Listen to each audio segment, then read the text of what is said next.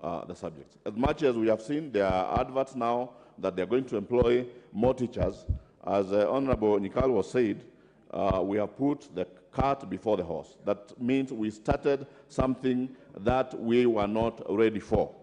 And Mr. Speaker, as I come to a conclusion, because of the lack of facilities in our schools, because our parents are not able to afford the kind of money that is required to buy the various or aids that are required in the schools, I would say that we, as Honorable Rocco is suggesting, we come up with a proper policy on the provision of teachers and the aids and whatever else is required, and also the issue of funding in our JSS is something that needs to be put within the Education Act, so that we do not have issues of children being unable to learn properly in our schools.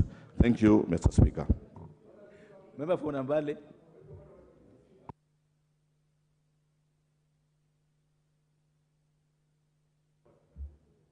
Yes, Honorable Mutunga. Thank you, Honorable Speaker. Honorable Speaker, this is a motion that everyone has an interest in. And I believe everyone would like to express themselves and to be seen to express themselves by their constituents.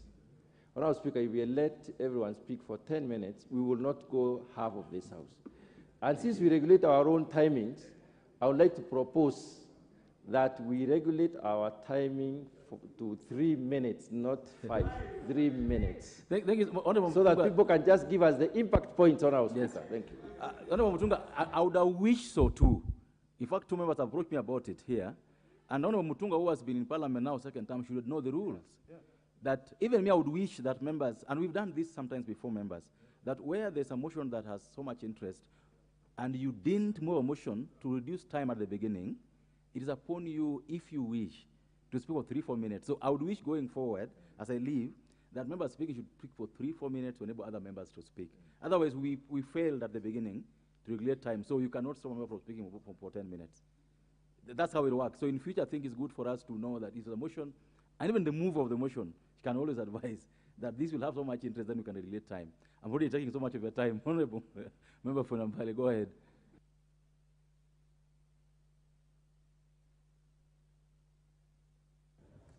Thank you, Mr. Speaker, for giving me this opportunity to support this motion.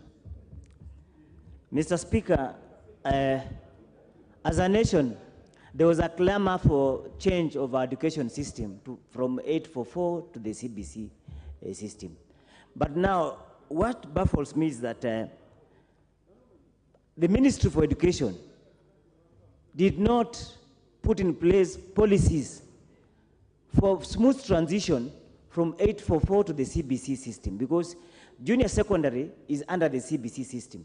But when we go to their constituencies, we find that this junior secondary has so many challenges. One of the challenges, the issue of infrastructure. Second, we have the issue of teachers.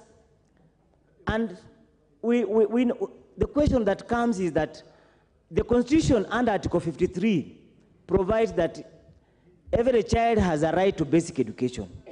But now, in fact, the right must, the basic education must be free and compulsory. But the question is, when you go to the constituencies, you note that the junior secondary students are being asked to pay some levies in terms of fees. Many parents, I'm sure they have knocked the doors of many members of parliament here, seeking support for school fees to pay for these students.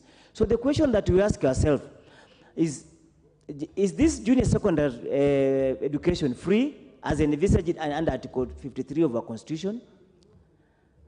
Are we transiting well when moving from the 844 system to CBC, whereby we have junior secondary, but it appears like the ministry did not prepare well because there are no laboratories, no teachers. Some schools, even in Nambale constituency, we find like Mwenge Primary, we have only 2 teachers, and Igara Primary, we have 2 teachers handling the junior secondary education. So the question is, has the ministry put in place proper policies and mechanism to ensure that our children achieve this right that is enshrined under Article 53 of the Constitution? So I wish to thank Honorable Ruku for coming up with this particular motion that is very, very important in support of the rights of our children. So, Madam Speaker, for junior secondary school in Nambale constituency, we have so many challenges that we urge the Ministry of Education to come up with a proper policy and finances to ensure that as members of Parliament construct these laboratories and other classrooms for the junior secondary, the ministry should also top up the funds to ensure that we have enough laboratories, we have enough teaching materials, and also enough teachers so that the children can realize their dream. The other question that we ask ourselves is that we say that basic education is free. The question that follows is the JSSC a basic education or is it a secondary education? So these are the gaps that are missing, so that we need as members of Parliament to ensure that we fix, and through the motion that has been brought by Honorable Ruko, as proposed by a colleague earlier, we need to ensure that this particular motion is transformed into a bill so that we come up with the proper policies to support our children. Thank you, Madam Speaker. Thank you very much.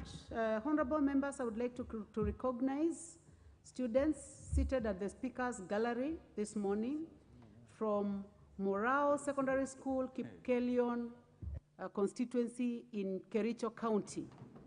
You are welcome to the National Assembly so that you may observe proceedings of the House. And I would like to call upon the Honorable Member for Kipkelion West. You may proceed.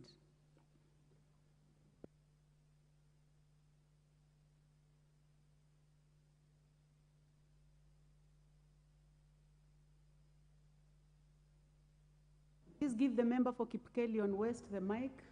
Thank you, Madam Speaker.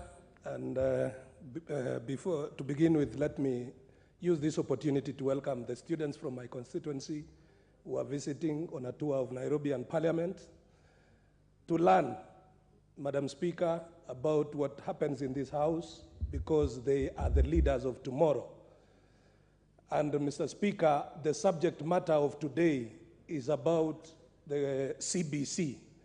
And Madam Speaker, I wish to support motion by the Honorable Member from Mbeere North, Honorable Ruku, that, Madam Speaker, these junior secondary schools were a good idea. Madam Speaker, the intention of the people who formulated this competency-based curriculum was to allow learners to train in their areas of expertise. Madam Speaker, we went to a school in the 844 system where you do CRE even if you are good at sciences, and you are forced to do every other subject, even which you don't seem to pick, Madam Speaker. And therefore, this competency-based curriculum is a modern curriculum to prepare this country for the future in the Vision 2030 and to achieve progress into a modern and changing world. And Madam Speaker, I want to begin by supporting what all members have spoken before have said. This thing was rushed. A lot of things that should have gone into the preparation did not go as was needed, Madam Speaker. And therefore, I want to urge that, first of all, these junior secondary schools must be, the government and the Ministry of Education must make them fully free. We don't want parents to be charged for junior secondary schools. Madam Speaker, number two, every primary school in the Republic of Kenya must, as a matter of policy, have a junior secondary school where the parents were not able to meet the demands to make them junior secondary schools. Madam Speaker, the ministry should pick up and support such institutions financially so that by the end of this financial year, or by the time we are opening the schools in the other term, all primary schools in the Republic of Kenya have junior secondary schools, Madam Speaker.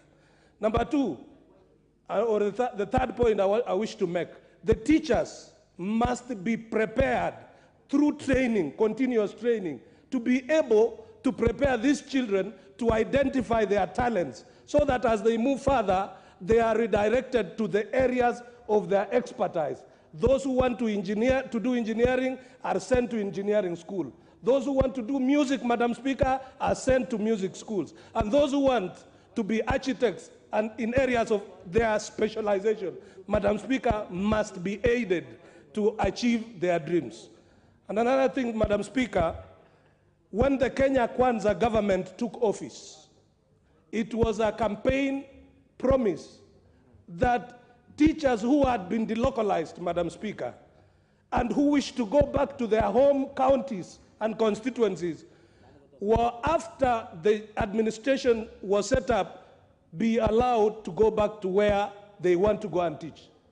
Madam Speaker, we have a lot of teachers still pending requests with the TSC to go back to their home counties and their home constituencies. The Minister for Education must direct the TSC, Madam Speaker, to immediately finalize the complete transfer of everyone who has requested to go back to their home constituencies and to help the children of their home constituencies, even in this competency-based curriculum, Madam Speaker. Madam Speaker, the other issues are the issues of facilities and the teachers. Even as the TSC advertises the 20,000 teachers, it is still a drop in the ocean. And Madam Speaker, we don't know what we are going to do with the current cohort that is already in JSC because they are not prepared at all to meet the demands of this changing world and the demands of choosing a career going forward. So, Madam Speaker, I wish to thank the Honorable Roko for bringing this motion, and Madam Speaker, to say that this one must be translated into action and acted upon immediately. Thank you, Madam Speaker. Much member for Kipkelion West. Honorable members, this motion has a lot of interest. The screen is actually full. And at 11:53, I'll be calling upon the mover to reply. And you know that we cannot change the number of minutes that you speak at this moment. It was not done at the beginning of the motion. So you may choose to speak for less minutes, then it means that within the remaining time, more of you are going to speak. So I'll give then an opportunity to my left, and that will go to the member for Lugari.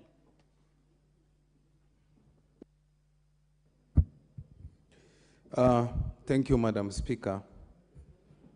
I want to start by appreciating my colleague Ruku for pulling a fast on this.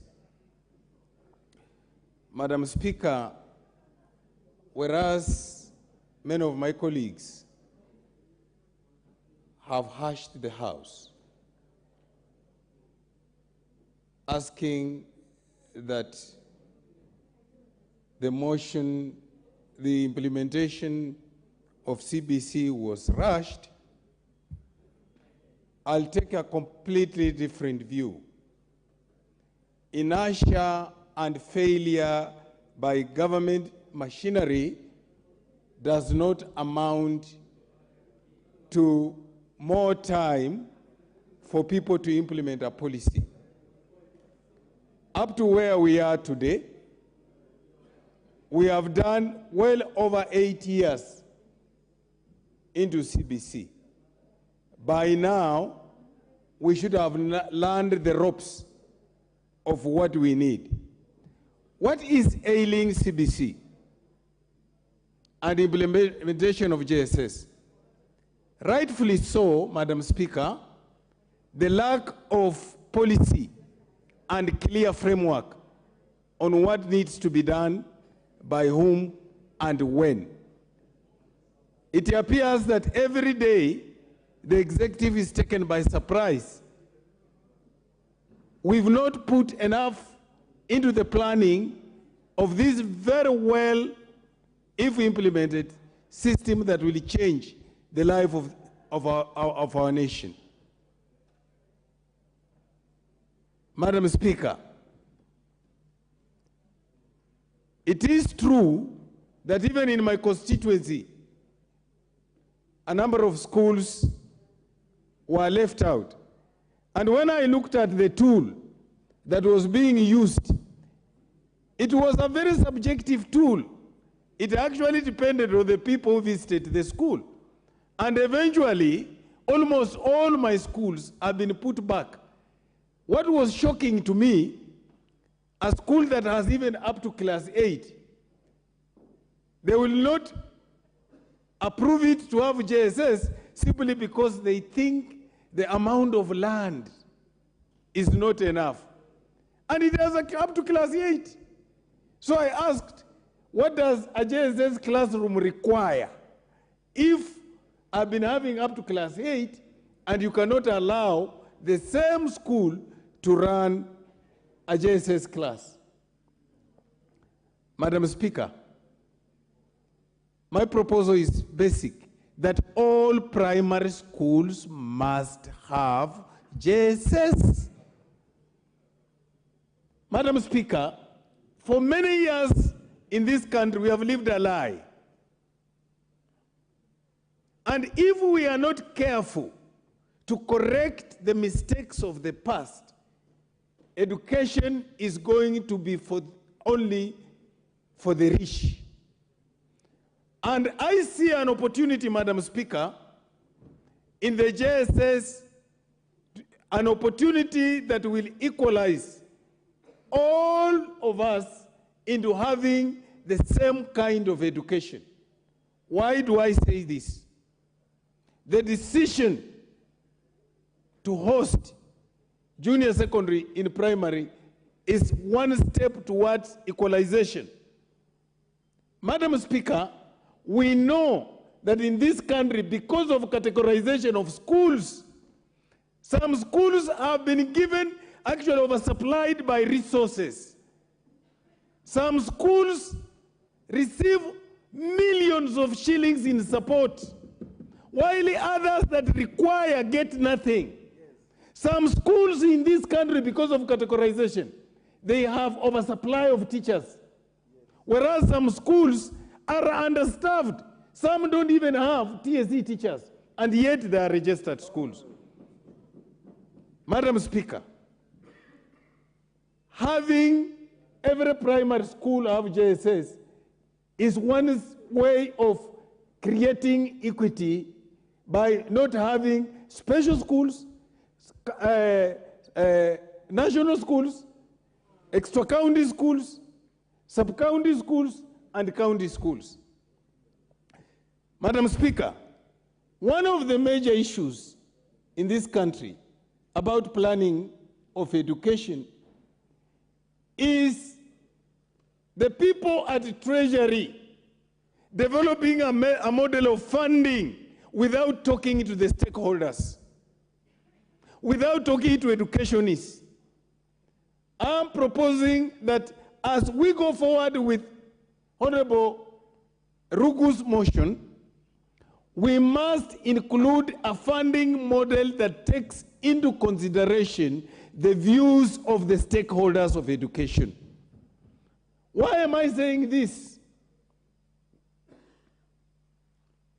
Madam Speaker, you are aware that no primary school has a laboratory.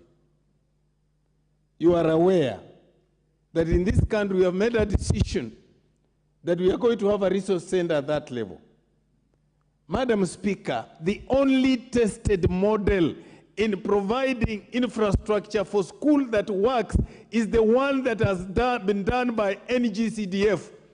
The Ministry of Education through this policy, must have a working model with NGCDF so that it gives NGCDF a conditional grant to develop resource centers. Madam Speaker, 35,000 classrooms of JSS, they have averagely one teacher each.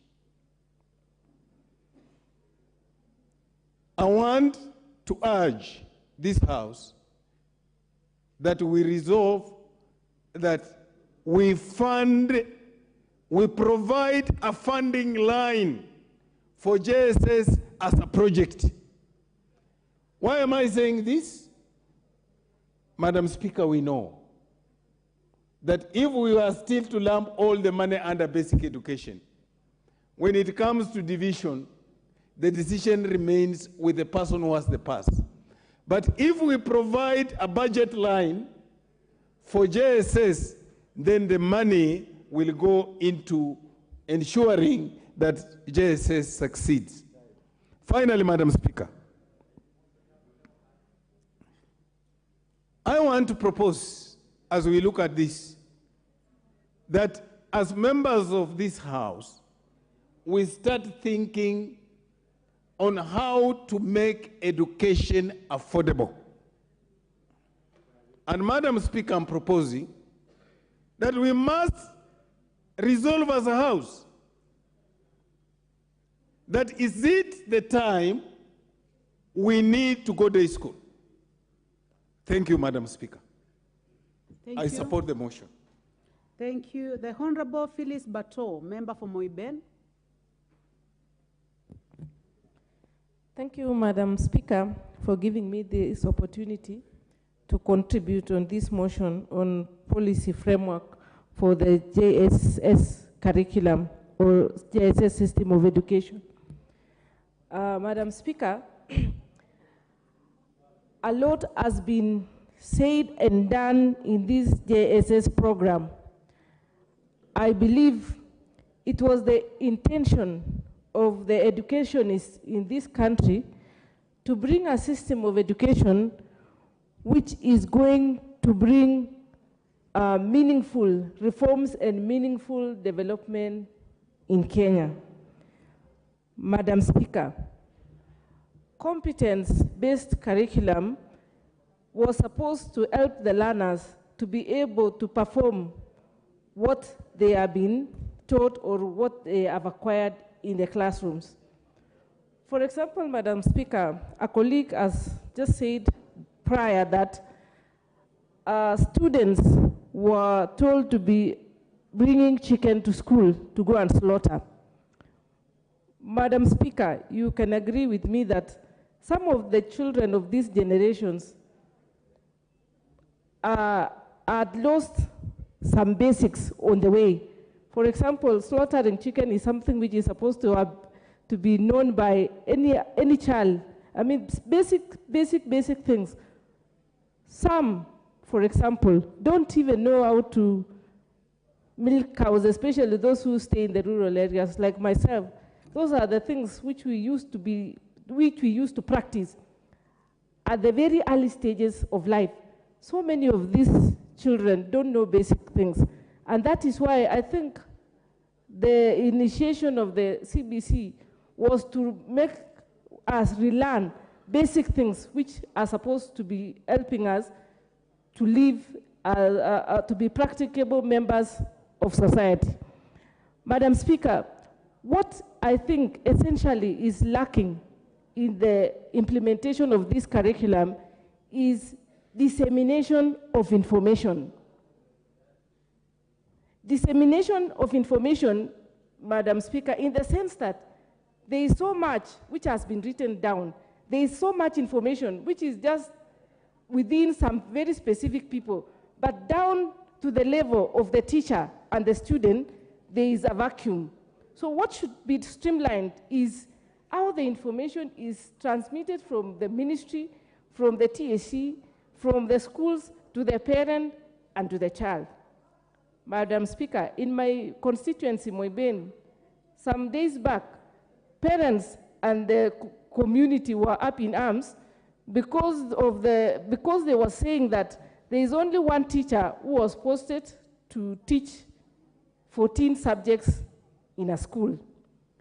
When essentially, this teacher who is posted to that school to teach the JSS class is supposed to be like a coordinator, and the head teacher to reassign the other teachers who are domiciled in the school, the other subjects to teach in the same class. It was not that this teacher who was sent was going to sit there and teach up to 14 subjects, chemistry, physical science, arts, language, and etc. Because, Madam Speaker, we have the best trained teachers in Kenya. Our system of education is one of the best here in Kenya, Africa, and internationally. That is why the students who we send out of Kenya to go and study, for example, for postgraduate or even undergraduate, they are normally rated to be the best, and they don't drop out of school. Not like other countries where, from Africa, when they send their students to some universities abroad, they are subjected to examinations, other forms of exam, to determine whether they qualify to proceed with their studies or not. But fortunately, in Kenya, we have the best. So what should happen is that as much as our colleague is talking about the policy, I think there is so much here and there. What we need is issues to be streamlined so that the curriculum is very clear how it is going to be implemented all the way. The funding, currently from the budget which we've just passed, you realize that the education sector is getting the bulk of the share in as far as the money which was distributed is concerned.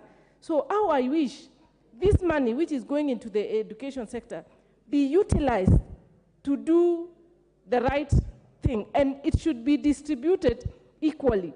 Right now, for example, in my constituency, the capitation for the JSS has been sent, but you will find that there are some schools who have not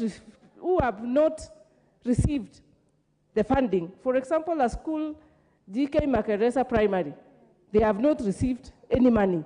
The students are in school. So equitable or equity in education, where do we get equity?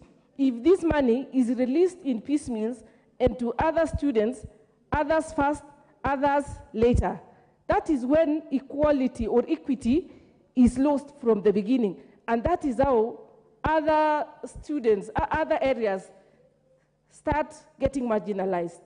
We normally say education is an equalizer.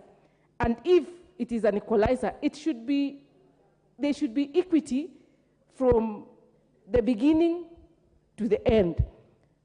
How I wish even the ministry, the money which the ministry normally uses to develop infrastructure in schools, why can't they take the entire amount of this money to NGCDF, where the implementation will be done fairly? Because that is where equity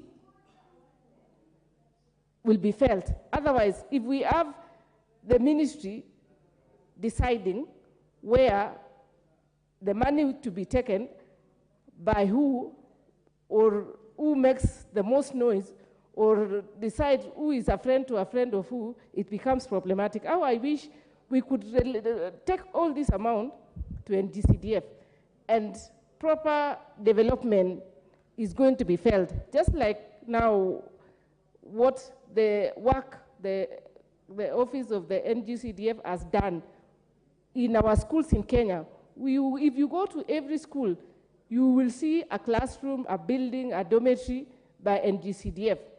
That shows that it is a success story.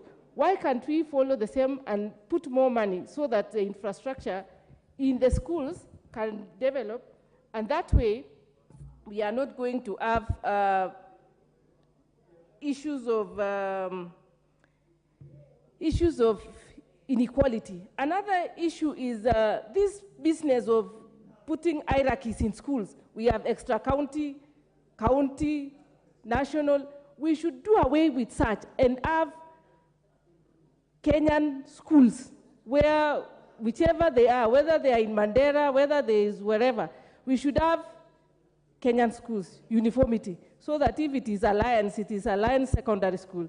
If it is a school in Moiben, for example, Kapkei School, it is Kapkei School, so that our children will start feeling that they are equal, so that when I am putting on uniform of a school in Moiben, another one in Alliance, it is the same, or possibly we could have similar uniforms, so that it is just like the buses. All the buses are yellow, all our uniforms should be the same. The only difference between a student should be the admission number or the index number. That is when we will start thinking about uniformity. So what we should be doing is that we should be supporting this system of education and putting more resources and seeing where things are not working. Otherwise, destroying it or saying it will not be a success, it is like throwing away the baby and the bath water. But what we should be looking at is seeing, streamlining it and making it a success story. A system cannot just, we can never have a time when we are saying, we are very ready now, let's change the curriculum. It has to be done systematically. Thank you, Madam Speaker, my time is up. Thank you very much. The Honorable Charles Ngusia, member for Mwingi West. Thank you, Madam Speaker, for giving me this opportunity to add my voice on this. And because of the interest of time, I will take only 2 minutes. First, congratulations to my colleague, Rook, for bringing up this motion. Madam Speaker, we all agree that this education sector has really been run with so many individual ideas without lacking proper consultation of stakeholders. For the last 5 years, when I've been in Parliament, we have seen the issues of 100% transition. There's delocalization, then CBC, then JSS. All these issues taking place in just shortest time possible. And Madam Speaker, we all agree that the right idea can actually be a wrong idea if it is not done at the right time, Madam Speaker. I am here to support this motion, and how I wish the honorable member was elected 10 years ago, actually to come up with this proper policy. Coming from our constituency, which is already marginalized in terms of everything, Madam Speaker, we have witnessed this implementation of the JSS system being done in a manner that is not really comforting to our parents. If you look at the number of schools which have been selected to have this JSS, we leave so many without considering the distance our pupil and students are traveling from one school to another.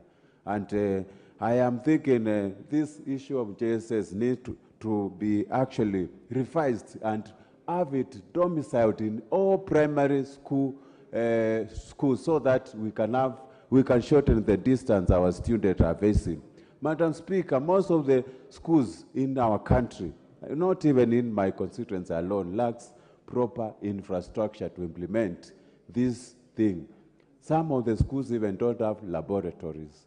Some of the schools don't even have adequate teachers. Even the teachers we recruited recently, they have not really been trained to perform this curriculum-based thing, Madam Speaker. I am calling upon, again, we go back to the drawing board, the way honorable members suggested, to come up with proper structured policy to implement this issue. And I could have actually spoken more time, taken more time, but due to the interest of time, Madam Speaker, let me support and urge the honorable member actually to move further and make sure these issues is proposed and are properly implemented by education sector. Thank you, Madam Speaker. Thank you very much. The last opportunity on this motion will be the member for Mhaya, the Honorable Omboko Milemba.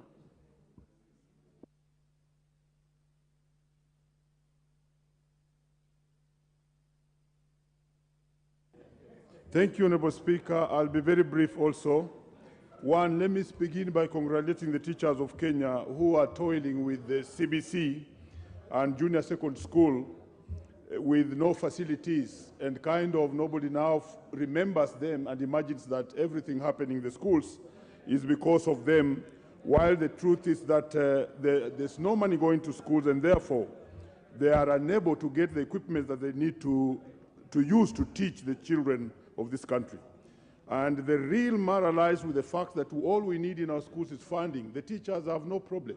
In fact, many speakers are speaking about how many chicken are being sent to school, but they forget that sometimes they also invite cow dung to be taken along by the students to schools. Number one, Honorable Speaker, the education system must change with time. And indeed, the system we had for A-level cannot be the one that is working today. The system of 844 has outlived its time because it's a factory manufacturing many students who cannot get employment, and it's theoretical. So the need for change is true and is a reality which you cannot run away. Honorable Speaker, I therefore ask the House that we must embrace the new system of CBC, because that's the modern way to go in the education system. Despite the many challenges it has, it is the correct way to go because it will build skills, it will build technologies, information, and how a person can carry himself around in the society without depending on white-collar employment. But then it has got its challenges. Honorable Speaker, I would wish to say that what we envisaged in the CBC is that every school should be having a full school. What you are calling basic education must begin from ECD to primary to junior secondary and even what we are calling secondary. That will be a standard school, Honorable Speaker, that should be equal in the whole country. We are envisaging that this will enable the government fund schools equally, so that the funding of a rural primary and the funding of Mangu is the same, and the provision of education at those levels is actually the same. And that's how education will be an equalizer. I would want to ask this parliament to actually support CBC, because this is what will bring money and development to your small schools and grow them to the level of alliance. There's a danger ahead which I must point out, and that's why Ruku is right. The ministry imagines that the 2 years that the students are in the junior secondary is too long. But let me caution that 1 year is already gone. In the next year, the children who are in the junior secondary must be leaving the junior secondary to another pathways. Yet there's no policy and pathway of how they will operate. So again, when we finish the next year, we shall be in a crisis of how they'll enter the schooling. It is very important that a policy be made quickly, whereby all the three pathways, and there are three, one of them is called STEM. The STEM one is the science and the one that teaches theory and science and technology. The other one is arts and performing arts. The other one is social sciences. A policy must be made quickly so that by next year, we know that all schools also have these three pathways, so that all schools are equal and they are moving at the same level. Honorable Speaker, as I finish, we must start thinking extraordinary. Remove this kasumba we have in ourselves of boarding schools. The boarding schools must quickly die, and we have standard schools that are equal for every area, every student, and every region. Thank you, Honorable Speaker, for giving me this chance. Thank you very much, Honorable Omboko. Honorable members, you know this is a house of rules, and one of the rules concerns time. So now I call upon the mover to reply. For the honorable members who have expressed interest, several of you, we are going to rely on the magnanimity of the mover. Honorable Ruku. Thank you, Madam Speaker. I request, Madam Speaker, to donate a few minutes, each member 1 minute.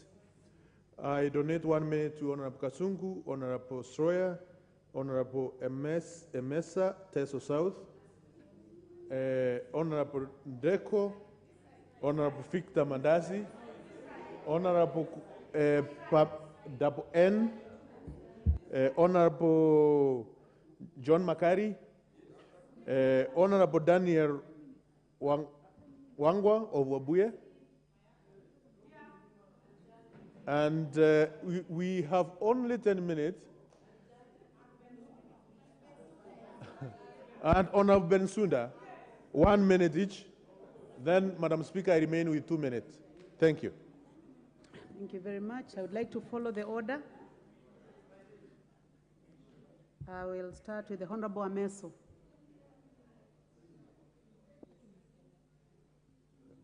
Let's try to trace them. If your name has been given, please go to the intervention button so that we can see you from the screen. Is it Mary Amase? Yes, please proceed, Mary. Honorable Mary. Thank you, Honorable Speaker.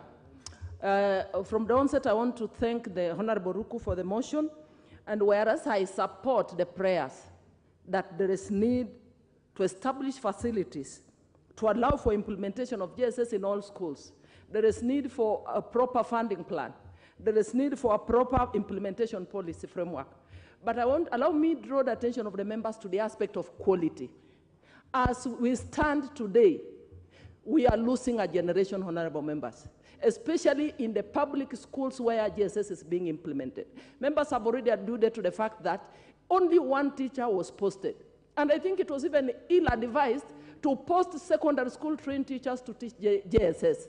Because quoting the words that have been sent to by one of the teachers, they are saying they are being subjected to a very difficult situation, having forced to teach subjects that you are not professionally trained for. It is frustrating, it is belittling, it is demoralizing, just to mention the list. So if the teacher is demotivated, it is one teacher teaching all the subjects. What is the quality? So what I want to propose, that the ministry must first assess the progress of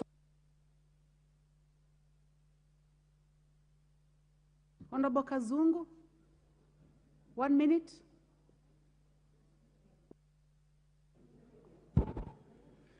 Okay, thank you, Madam Speaker. I also wish to add my voice to this motion. First, by saying from the onset that I support this motion, and also take this opportunity to thank the mover of this motion, Honorable Ruku, for bringing a very timely motion into this House. And again, I want to thank the GSS teachers in this country for working very hard under very extraneous conditions, because you can imagine, Madam Speaker, teaching 14 subjects per teacher. It is very difficult, but they have really tried their best. Madam Speaker, GSS was a very good program, but it was rushed, or we can say it was hurriedly implemented.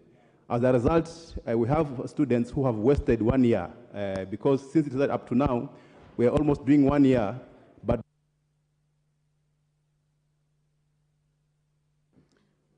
Honorable Bensouda.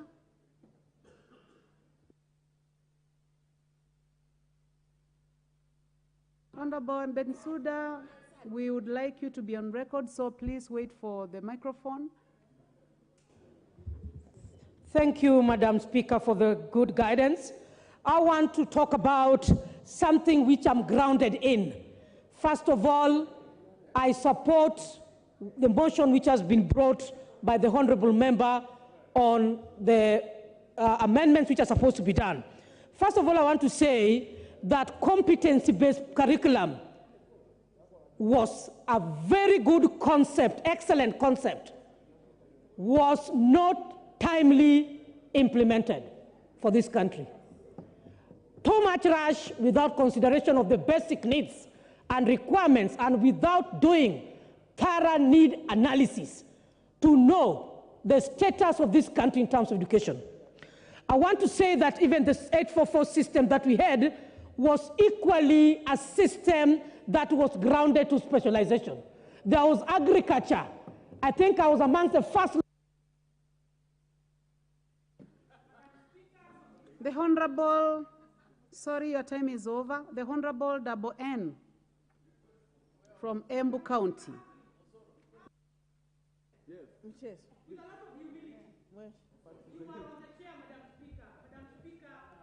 Opportunity right now is for the Honorable Double N. Thank you, Honorable Speaker, for giving me this opportunity to support the motion. by my MP, Honorable Roku. I wish to state that the CBC curriculum is not bad, and it was not bad, but the manner in which it was implemented was in a hurry, and people are not given an opportunity to ventilate on it. I wish that there was enough public participation from the parents and the teachers so that during the implementation period, it would have been a smooth ride. Honorable Speaker, as I sit down, I want to say that the junior secondary education and the students, they are half-baked. If you talk to them, they'll tell you that they didn't know nothing. The teachers don't know anything. The Honorable Deco. Thank you, Madam Speaker and Honorable Ruku, for giving me this opportunity. We have all agreed, Madam Speaker, the challenges that the CBC and junior secondary schools are facing in terms of classrooms, laboratory, equipment, workshops, and infrastructure development for all this, and the lack of teaching staff for this program. Therefore, we might talk a lot. We have been here since 9:30 talking the same thing. All the members who contributed to this debate all talked about the same thing. But it all boils down to resource allocation. It is for this House, and we want to ask Honorable Ruku to follow it up such that we have an affirmative action for funding, affirmative funding for this program. That is the only way we can actually realize all the challenges we have talked about. So for me, my contribution will be to Honorable Ruku to proceed not only. The Honorable Mwalika, member for Kitui Rural.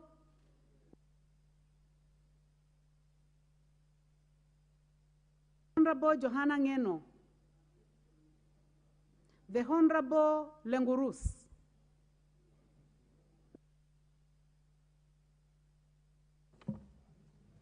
Thank you, Madam Speaker, for giving me this opportunity to support the motion on the floor of this House.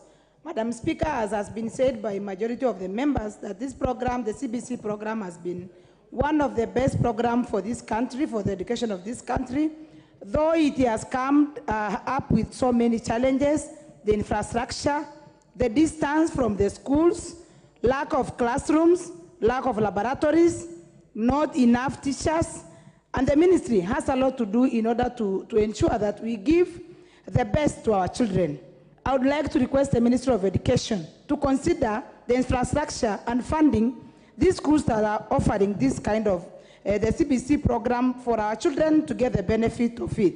I'll also request the Ministry of Education that the teachers, majority of the teachers who have been teaching in Samburu County have been transferred back to their counties, and those from Samburu who are still working.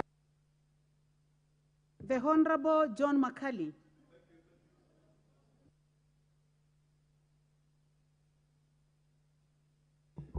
Thank you, Madam Speaker, for giving me the opportunity, and to Honorable Ruku for giving me 1 minute.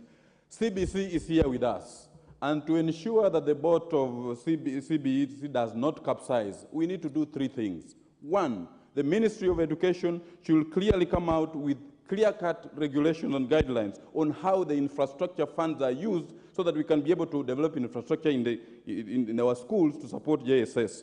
2, financing, capitation. Capitation is not released in good time to enable the teachers run the schools. The Ministry of Education should be able to develop clear-cut guidelines to ensure that capitation is released in good time so that teachers and head teachers are not forced to levy illegal levies on parents to ensure that, that the students remain in schools. 3, human resource base. Teachers, the Teacher Service Commission should, with immediate effect, now that we have unpacked the budget for the 2023-24 financial year, to recruit teachers who can be able to teach in junior secondary. Honorable Daniel Wanyama. The Honorable Victor Koech, member for Chepalungu. Yeah, thank you so much, Madam Speaker, and thank you, Ruku, for this particular policy. As I stand to support your policy and funding mechanism for the same, we should, as a country, look into the criteria that we're using to select the schools that are offering this particular program. Madam Speaker, we cannot continue offering this particular program without proper infrastructure in our schools. The laboratories are lacking, the staff rooms are lacking. We don't have enough teachers in our schools. And for a proper facilitation of the same, we should have a clear funding from the government. Thank you so much, and God bless you. Thank you very much, honorable members, for keeping time to 1 minute. I would like to call upon the mover to reply. Thank you, Madam Speaker. And you have only 2 minutes. Thank you, Madam Speaker. I rise to thank the members who have really supported this motion, the motion which is of national importance as far as the education sector of our children is concerned. They have agreed on challenges the education is facing at the moment, especially in junior secondary education, inadequate infrastructure, inadequate teacher training, limited access to technology, lack of parental and community involvement, overburdening the parent, curriculum overload. And Madam Speaker, it is important to have a way forward on ensuring that the competence-based curriculum at the junior secondary school is well implemented by having an implementation of a very comprehensive framework of curriculum development, of ensuring we have enough teachers at junior secondary schools who are well-trained and extremely competent to ensure we have enough running resources in our schools, as well as we have a proper monitoring and evaluation framework, and we ensure we have parent and community involvement. Madam Speaker, you realize also that we need to, as the members have said, we need to have a legal framework. There will be a need probably in the future, and I'm going to take this forward in amending the Education Act of 2012 to ensure assessment and evaluation is well done, and more importantly, Madam Speaker, the funding of the junior secondary school is to be well considered by the government, so that there can be sustainability, good governance, access to curriculum support materials, and also pedagogical approaches. And also we look at public-private partnership in implementing this framework, and inclusion and equity in education, especially in arid and semi-arid areas and people living with disabilities. Madam Speaker, I beg to reply.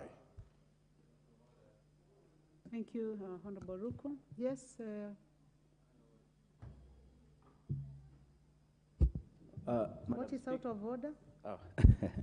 Madam Speaker, whereas I acknowledge the interests generated by this motion by my friend Honorable Ruku, and how I wish we could have an extended time, especially on motions of this nature.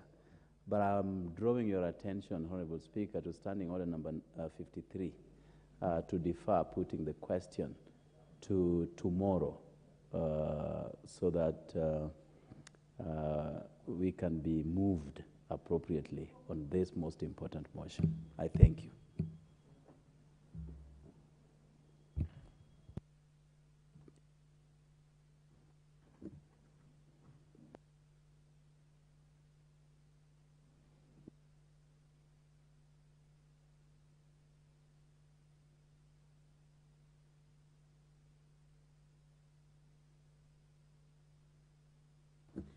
Well, honorable members, I direct that the question to be deferred to another sitting, as it will be scheduled by the House Business Committee. Next order.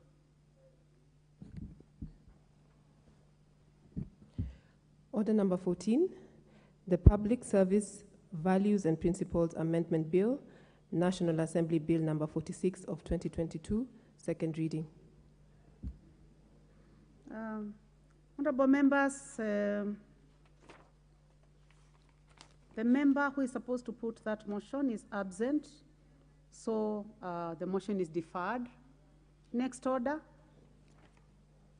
Order number 15, the Penal Code Amendment Bill, National Assembly Bill number 56 of 2022, second reading.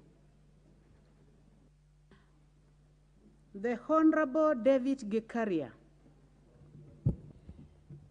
Thank you, Honorable Speaker, for giving me this opportunity to move this amendment. Honorable Speaker, I come from a constituency that is urban, and my constituency, Honorable Speaker, has quite a number of activities which, of course, my constituents use to put some food on their table. But at the same time, Honorable Speaker, these activities, legal as they are being used by the police all the time to harass innocent Kenyans who are looking for a living, for them to be able to earn a living. Honorable Speaker, my intention is to amend the penal code subsection to remove some very colonial offensive charges which were placed during our colonial times. Honorable Speaker, you understand that the Constitution has given us freedom, the right, that freedom of rights to persons who lives in the country. And one of that is freedom of association and freedom of movement. But at the same time, this penal code, Honorable Speaker, it is being used by police to continuously harass Kenyans. Honorable Speaker, the principal object of the bill is to amend the penal code, Cap 63, by repealing section 182, which proscribes the offenses of idle and disorderly persons. The law enforcers have often used section 182 to harass innocent members of the public. Honorable Speaker, offenses like loitering, when I look at the dictionary in the Oxford, it is that you're just moving around without a purpose. Honorable Speaker, there is a right under our Constitution for every Kenyan has a right of movement. And so for whatever time, at whatever place, as long as, of course, you have no bad intention. But you find the police, if you are arrested by a police or if they want to mop up some people out of an urban area, the offenses that are normally rushed to this section. Statement on the delegation of legislative powers and limitation on fundamental rights and freedom. And that is basically what, Madam Speaker, I'm moving this. I had moved this same amendment in the 12th Parliament, but of course it lapsed before it had gotten to the point of where it was going to get the accent by the President. Of course, the bill has nothing to do with county governments, Honorable Speaker, but it's also a money bill. By the meaning of Article 114 of the Constitution. Honorable Chair, you know, there is some little money. If you look at all those offenses which are under Section 182, the maximum fine is a month, a jail term of a month, or a fine of 100 Kenya shillings. But Honorable Speaker, you find if I am arrested and the police have no charge against me and they put loitering, and I go before a judge, we are surprised that some of these judges have gone to an extent of even fining, giving a fine of up to between 5,000 to 10,000. Yet the law stipulates very clearly how much is the maximum cash penalty that a person is supposed to be charged. From the report before, because I went before the Legal, Justice and Legal Affairs Committee, it is that when I presented my amendment, it attracted 9 memorandums from the public and different stakeholders, some of whom are the judiciary, the human rights, IPOA, the National Police Service, the Attorney General, LSK, Urai Trust, and so many others. And to be honest, Honorable Speaker, if you look at the submissions, other than the National Police Service, all the others did support. And the National Police Service are supporting this because they know what they do. It is for purposes only meant for harassing innocent Kenyans, for purposes of one of the issues that they normally use all the time, Honorable Speaker, is that I have so many matatu terminals. And then because of toting, they call it toting, that if you're advertising for a particular transportation circle or company within the stage, just like what other people do using, you know, those big microphones and other advertisement modes, my people are arrested and they're taken to court for toting. And yet, he's doing nothing other than say, this vehicle is headed to Nairobi. Please board this vehicle instead of the other. So these are some of the issues that, Honorable Speaker, that I moved this amendment to be able to address particularly to address the unconstitutionality of these offenses in the penal code, Honorable Speaker. So I don't want to dwell so much on this, but I just want to say that, yes, the police have been using this to harass the public and infringe on the fundamental human rights and freedom. Honorable Speaker, I like what a few of, particularly the judiciary and one of the stakeholders put. And he said that petty offenses, instead of arresting, what we need to do as a country is to try and address the root cause of poverty and other forms of marginalization rather than criminalizing activities that are caused by poverty and marginalization. Honorable Speaker, the proposal seeks that these petty offenses, and of course they are just in line with people trying to earn a living out of what they are doing. So I beg, Honorable Speaker, that as we look at this amendment, I ask my colleagues to look at it seriously, that it's an unconstitutional, first of all, but at the same time, it is affecting that very important fundamental human rights and freedom of Kenyans who are just out there trying to earn a living. So without much ado, Honorable Speaker, it's a small amendment that I seek my colleagues to support me so that it doesn't not only happen in my constituency as an urban place, it happens almost everywhere where and I remember when I once was a mayor in one of the cities in this country. And most of the time when we didn't have money, we would use this to collect money. And we would say, go and bring as many as you can. It doesn't matter. Even if I'm going to arrest you as a member of parliament, you're passing, utaenda kujitetea kwa judge. So we used to mop up to collect money. Honorable Speaker, I think that was bad manners, which I regret. And I think it's time for us to stop that kind of behavior.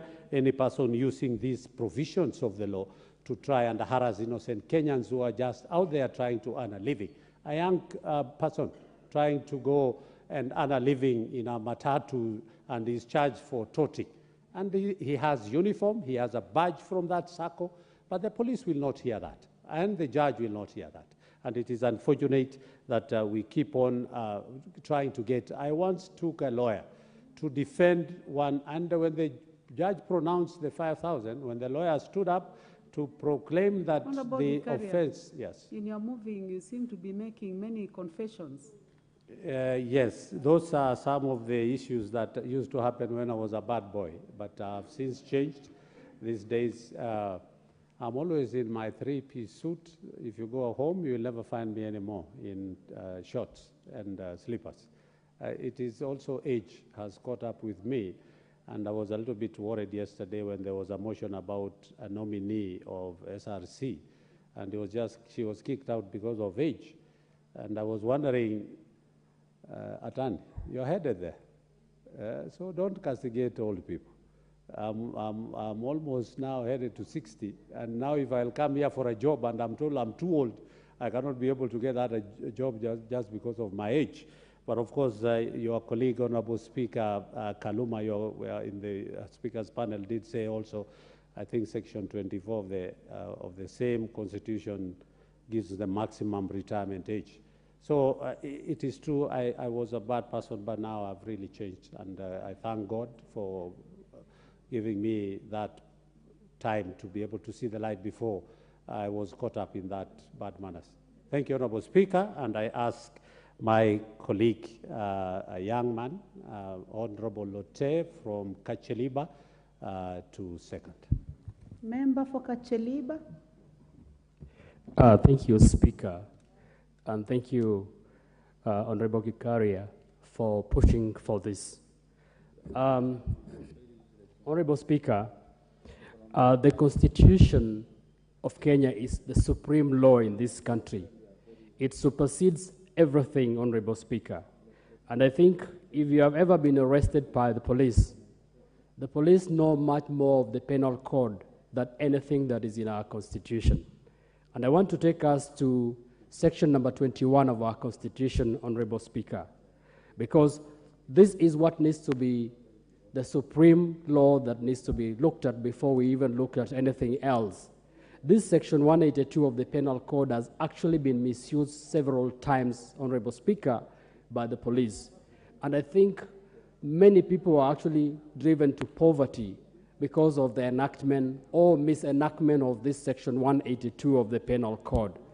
Madam Speaker, I think about the very person that is struggling in this society, and the president of this country has said he wants to elevate the livelihoods of the mama mbogas and the boda and the matatu people. You find that they are the people that are being targeted most of the times by the police because of this section 182 of the Penal Code. And when I look through the Constitution, Madam Speaker, I actually look at this section number 21. I will want to read this bit of the Constitution a little bit so that it can enlighten us about what the Constitution say about the Bill of Rights. And this section, Madam Speaker, section 21, or Article 21 of our Constitution number 1, says the following, and I want us to look at it, so that as we seek to remove this 182 of the Penal Code, we are guided. It says that it is the fundamental duty of the state and every state organ to observe, respect, protect, promote, and fulfill the rights and the fundamental freedoms in the Bill of Rights. It is the fundamental duty of the state and its organs. If you look at 21.3, it says all state organs and all public officers have the duty to address the needs of vulnerable groups within society, including women, older members of the society, persons with disability, children, youth, members of the minority, and the marginalized. These are the very same people that are being targeted by the police through this penal code, section number 182. And if we want to improve the livelihoods of these people that is enshrined in our Constitution, we need to remove this part of the penal code that is being misused. Madam Speaker, if you look at the Kacheliba constituency where I come from, many people that have left issues of banditry, many people that never went to school have actually gone into border business. Many people have actually gone into the businesses of doing livestock trading. But the police are driving these people back to banditry because they are actually arrested on very petty matter. They are told the borders are making noise. They are told they are disorderly. They don't have a parking space. They are told that the livestock that they are driving are actually probably suspected property of stolen property. Yet, these are people that are trying to get a living and also contribute to the tax of this country.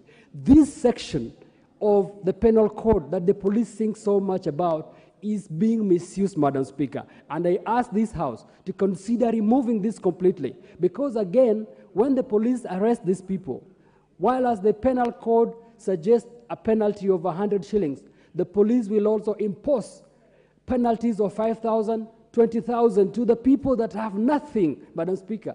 And they are adding salt into injury by taking this country to the dungeons. This is the place that is being misused by our police, and this is what I'm supporting the chair that we need to remove this completely because this is a misuse and it's against our constitution, Madam Speaker. With this, I support. Thank you.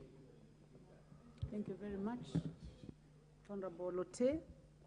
Honorable members, I now propose the question that the Penal Code Amendment Bill, National Assembly Bill number 56 of 2022 be read a second time. Honorable members, I see several people on the screen that are out of the house, so I request that if you intend to speak on this motion, please go to the intervention. Click the intervention button. Honorable Ibrahim Sanei, member for Wajir North. Thank you, Madam Speaker, for giving me the opportunity. Actually, the penal code is a product, a very old product of the colonial regime. And if you look, if you have a thorough discernment of what it entails, you will realize that it is still a colonial outcome.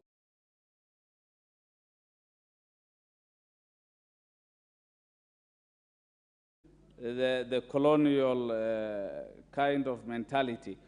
The words they use in the penal code: loitering, torturing, drunkenness, indecent act, behaving in a manner to procure prostitution. All these are ambiguous words. They are English, but they have no relevance. Interpretation is actually hard. And this gives judges the latitude to give discretion, wide discretion in their own judgments. I believe time has come that we review the penal code in the light of our freedoms and rights and liberties as stipulated in our 2010 Constitution, which is very rather progressive and a wonderful document. Madam Speaker, I want to say there is much ambiguity on these terms. And this amendment has come the right time, and I want to congratulate my colleague, Honorable Gikaria, for being forthright in thinking for the welfare of Kenyans. Most hustlers have borne the brunt of the police service. Every weekend on Friday, police vehicles go around getting people to exercise their rights and freedoms. The right to associate, the right to move, the right to do that, all that appertains within their lives, aching at least a living, has been curtailed for sure because of these aspects of the penal code. This has contributed to the hustlers not contributing to the economic well-being of this country. The hustlers have to move in and work, make a living 24/7 without any interruption. Unless one is a thug, unless one is an armed robber, any Kenyan is free to move 24/7. We are looking forward to a 24/7 economy without any restriction.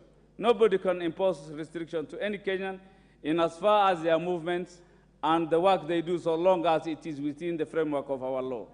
Madam Speaker, this kind of penalties in our penal code has contributed to the backlog that is being faced by the judiciary. It has contributed to the congestion in our prison service, our correctional services. You know, people just being put behind bars over the weekend, some with trumped-up charges. This is uncalled for. It is draconian, unacceptable. And I think, actually, it is a belated amendment. It's a belated amendment. It should have come a long time ago. And it's not only limited to this aspect as suggested by my colleague, Honorable Kigaria. We need to do much into the penal code. Much into the penal. I don't know why they should talk of prostitution. In law, prostitution is not illegal. Yet they tell you living on the earning of prostitution is an illegality. I don't know what that means in English. That is playing around with our mind. If prostitution is not illegal, how can it is earning on prostitution be illegal in the penal code? I think we need to harmonize them so that they are in consonance with the spirit of our Constitution, and we can decipher what it really means. Otherwise, prostitution cannot be legal on one hand and illegal in some other aspects. Without much ado, I want to support my colleague. I want to say this is what breeds corruption. This is what brings our police service in bad light. This should be actually supported by all members. And I ask my colleague Gikaria, in as much as he has no legal background, I know he's an accountant. It is wonderful to see him bring such amendments which has serious legal implications to go further and actually amend that which we feel is offensive, unfriendly, and infringes on the rights and the freedom of Kenyans. Thank you very much. I support. Okay. Thank you very much. The Honorable Samuel Atandi, member for Alego Usonga. Thank you, Madam Speaker. Sorry, I wasn't ready to speak, but let me just make a comment on the proposed legislation. And I want to say that I support the legislation. Madam Speaker, it is time we reviewed the penal code in its entirety, because the penal code has various offenses. If you look at them, Madam Speaker, offenses such as unauthorized uniforms, that you could dress in a certain uniform and then you are told that that particular uniform is not authorized.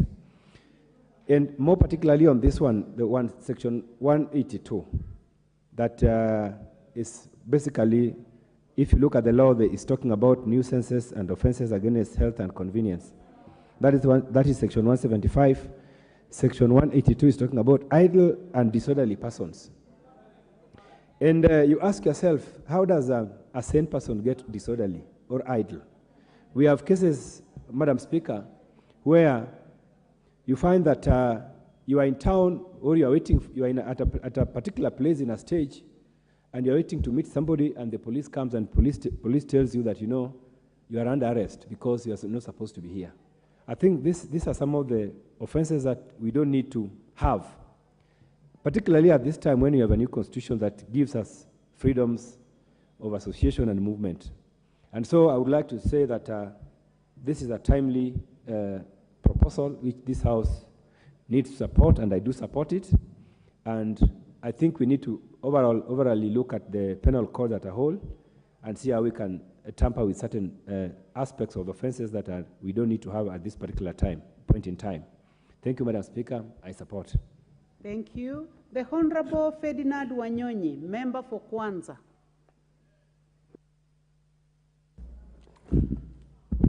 Thank you, Madam Speaker.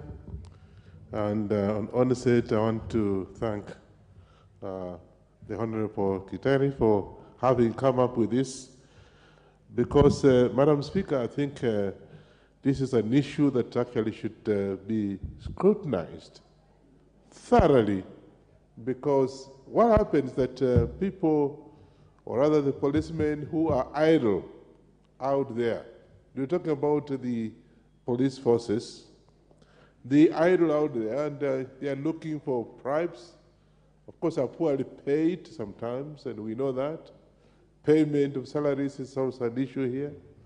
And so you find yourself in problems, or somebody, as leaders, somebody has been arrested, and then they say they come to you, and they want some assistance.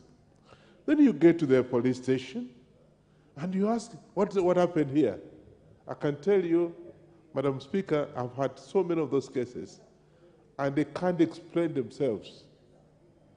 And so therefore, I think, Honorable David Kidari, I want you to come, particularly the areas where we find the penal code that have been misused.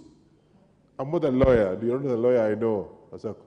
So that can be able to amend this in maybe the committee of the whole House, to be able to know which ones can be moved, so that people are not punished for the sake of it.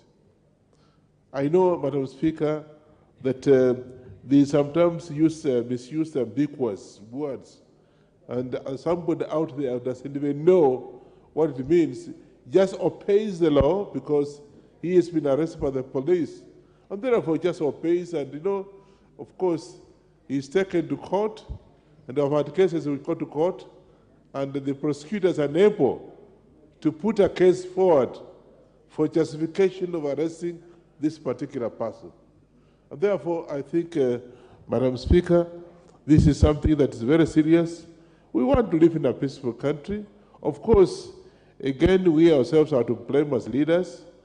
We have not been able to empower our youths in this country, and most of the people who actually have no jobs. And so they are found in the wrong place, and they offend those who are entrusted with keeping the laws, and they say, okay, fine, you actually are breaking the law because you didn't know what is happening. So we need to streamline some of these things. As mentioned by some of the colleagues, Madam Speaker, some of these are old. They were there during the colonial days and are being used up to today. Cases like this should be looked at, because the other time I was called by the relative of somebody who has been arrested, and when I went to see the person, there was no mistake. There was no offense at all. So some of these colonial codes and what have you should be gotten rid of so that can be able to have clean penalty codes, which actually somebody is accused, or if somebody, even if he didn't know what it is, even if he's not a lawyer, he can't misinterpret, but he can know that, yes, it's something that can be understood even by people who actually do not know about the law of this country. So my suggestion, as we move forward, Madam Speaker, is that Honorable Kideri should be able to have a meeting, maybe come, I'm just suggesting, it's not that's the way forward, but be able to look at specific penalty codes so that have been misused, particularly by the police forces, and even some of the administrators, chiefs and assistant chiefs. Of course, they are the ones who blow the alarm that, okay, fine, so and so has made this mistake. And when you go to it, it's a laughing matter.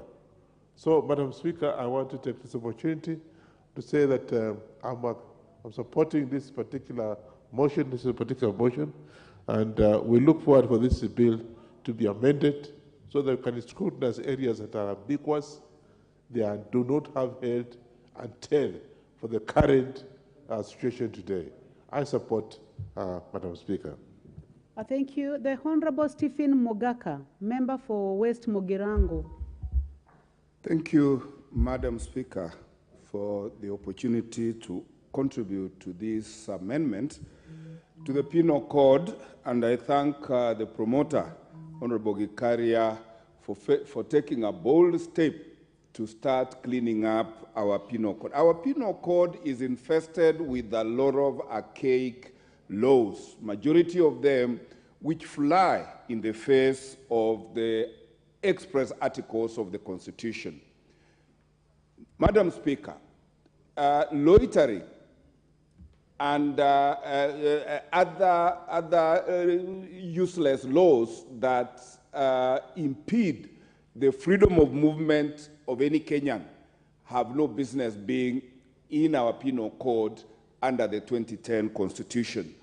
And I agree that we need to overhaul our Penal Code and include serious offenses that are occurring today, which are blue-collar crimes, where people are doing electronic theft, electronic corruption, electronic transfer of funds illegally from country to country.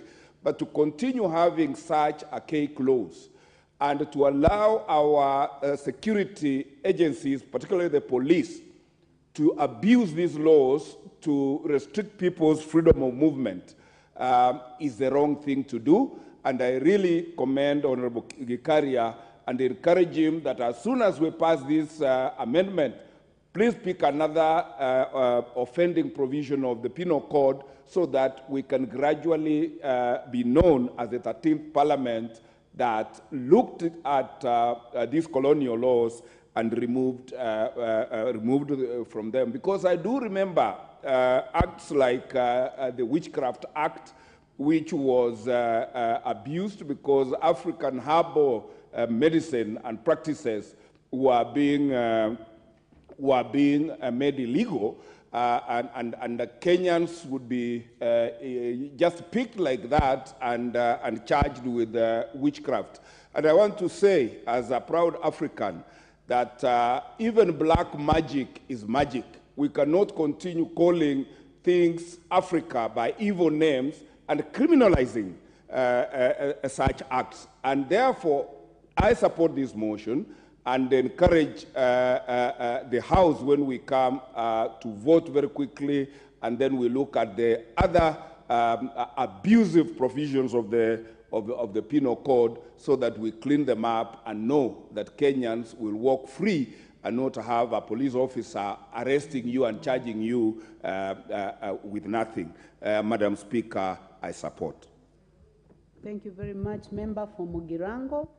The Honorable Magale Chiforomondo, Member for Lungalunga.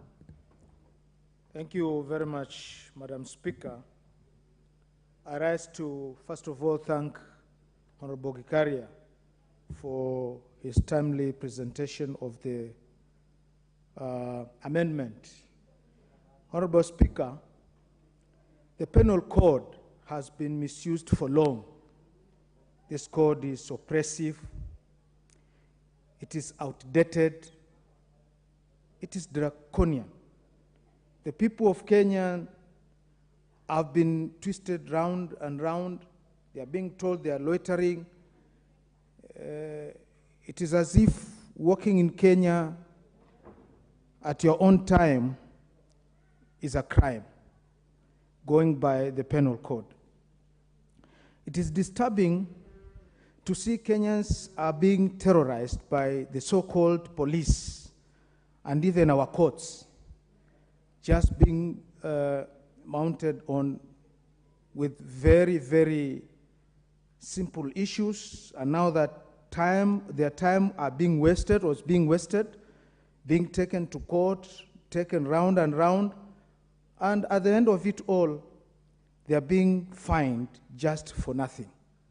I don't think it's right if somebody is found in the streets and he is considered to be a criminal without any reason. I want to cite very live examples from where I come from, Lungalunga constituency, for example. There are this called border patrol, the border patrol unit, which when they go around and find people doing their daily work, they start harassing them. They tell them they are Tanzanians. When they produce IDs, they are told they are selling charcoals. When they prove that they are not selling charcoals, something else is being created out of them.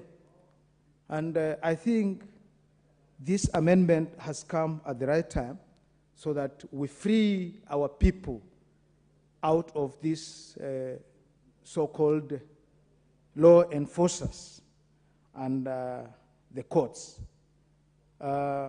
We are yearning to see the freedom. So we are supporting the amendment so that the penal code, we either, if we don't do away with it, but we also improve so that we as Kenyans now live as people who are free in their own country, not people who do walk in fear, people who just, when we see police, it's like we've seen enemies.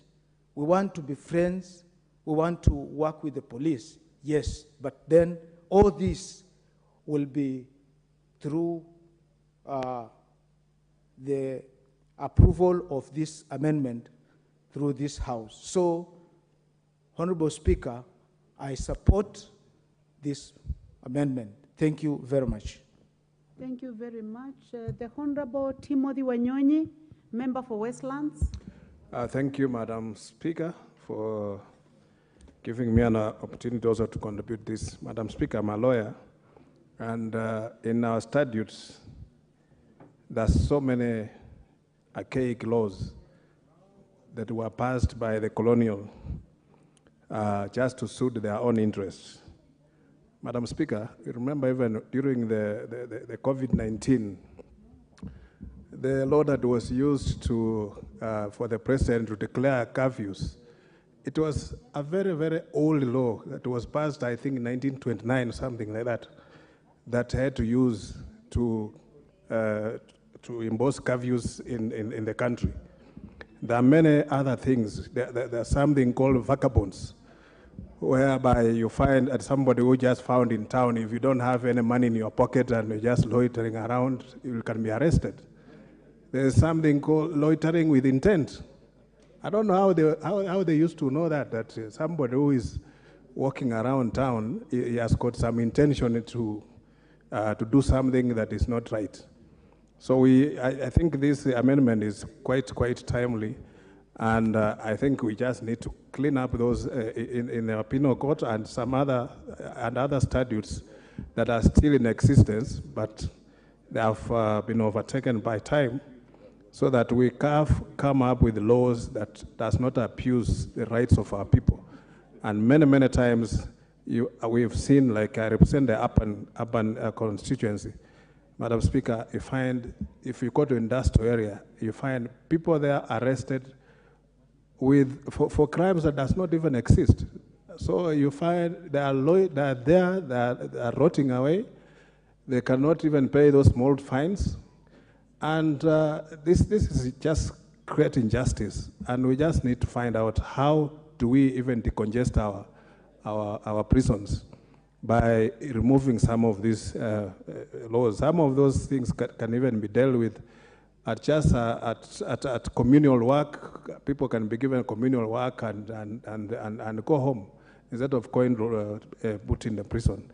So this is a good amendment, and Madam Speaker, we need to support it and then find a way of even now looking more in our statutes to remove these archaic laws that are used to frustrate people and molest people. Madam Speaker, was once when I was in South Africa and I went to Soweto. And when you're in Soweto, the apartheid regime, when they were removing soil from the mines, they had to go and put a heap of soil just to prevent people that they cannot even look at the city. Looking at the city was even criminal.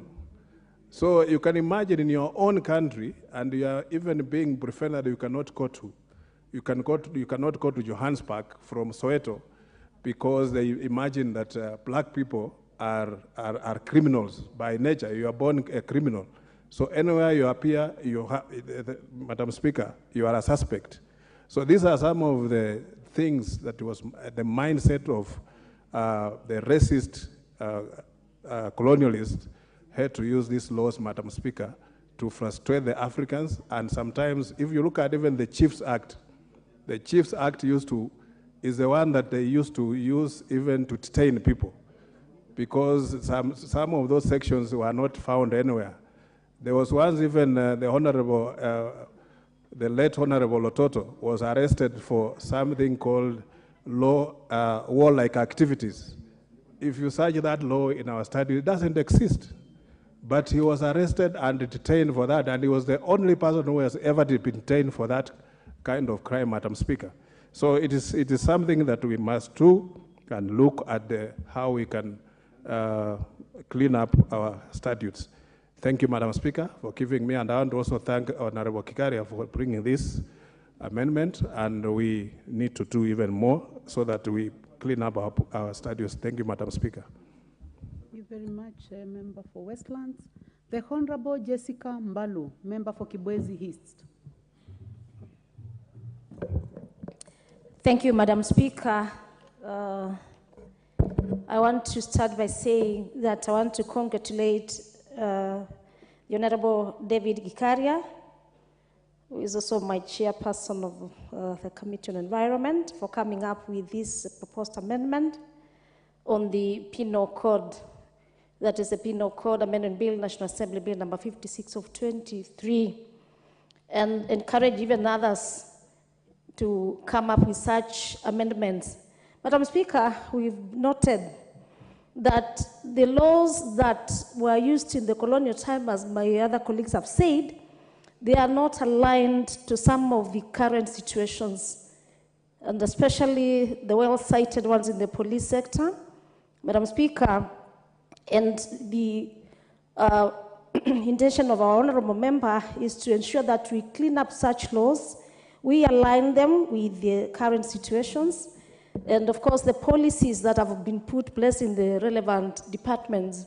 Madam Speaker, as members have said, in the police sector, and I want to quote, when you go to the Makueni police, where we have a lot of the prison, most of our members, most of our constituents, they have stayed there for many, many, many years, for a long time, and the police are even having a problem of explaining exactly what the constituents or our people have been able to, the laws that they have broken.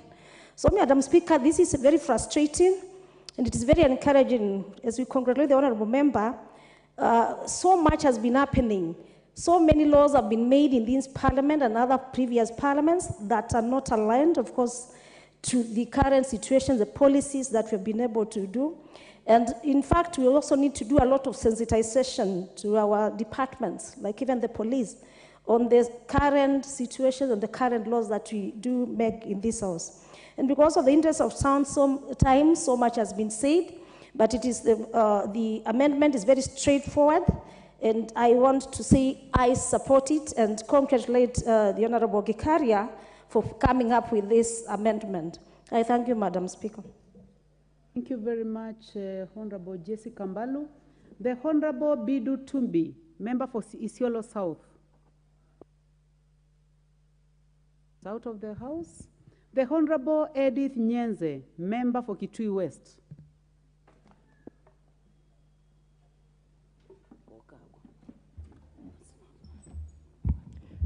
Thank you, Speaker, for giving me this opportunity. Let me take this opportunity to congratulate our colleague for actually recommending this amendment on the penal code. Actually, what there has been is that there's been a lot of harassment from the police officers. And we are yet to see what they have said, that the police sector will turn to be a service. We are yet to see them, the police officers, being friendly to the people and giving the service which is required to give to the people. But with such penal codes, then this gives the police officers strength and the mandate to really keep on harassing the people of Kenya. Yet, during this time, actually we expect the police officers to be friendly, to even lead our people, to even try to educate them on what they're supposed to do. But in a sense, we see a lot of harassment. We know that the cost of living is very high. And with the cost of living being that high, everyone is trying to fend for themselves. They are trying to ensure that their family gets at least hunger at the end of the day. But when especially the borders, the mamambogas, the people who are really getting harassed by these policemen, when they collect the whole day, they work and get very little, which is not enough for a meal for a day.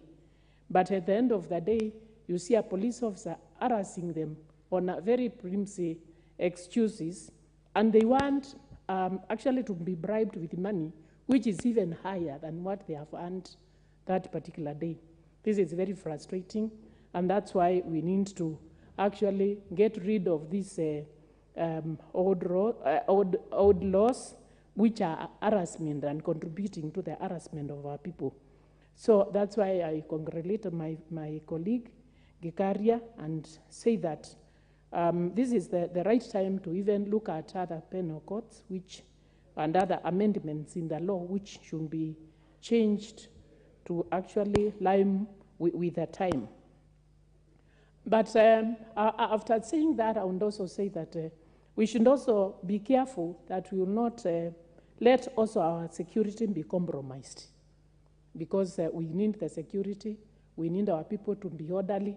So in doing so and taking care of our people not to be harassed as they do their work freely, as they move in Kenya freely, we should also be careful to ensure that there is no compromise on security, because other people can also take advantage, and instead of doing the right thing, then they go against the law. But Madam Speaker, I support and say that there should always be proof. If one is arrested by the police, there should always be proof on why they have been harassed and on why they have been arrested. Because sometimes you are arrested, and then other people. I mean, in the book, in the report book, it's written something else very different on why you have been arrested by the police. Otherwise, I support and congratulate my colleague. Thank you.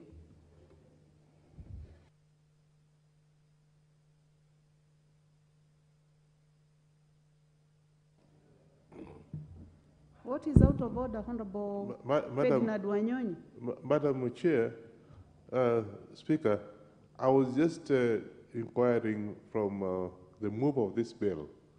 Am I in order to ask him to sit with the Justice and Legal Affairs so they can come up with some of these useless colonial penal codes that we can get rid of in terms of cleaning up our constitution?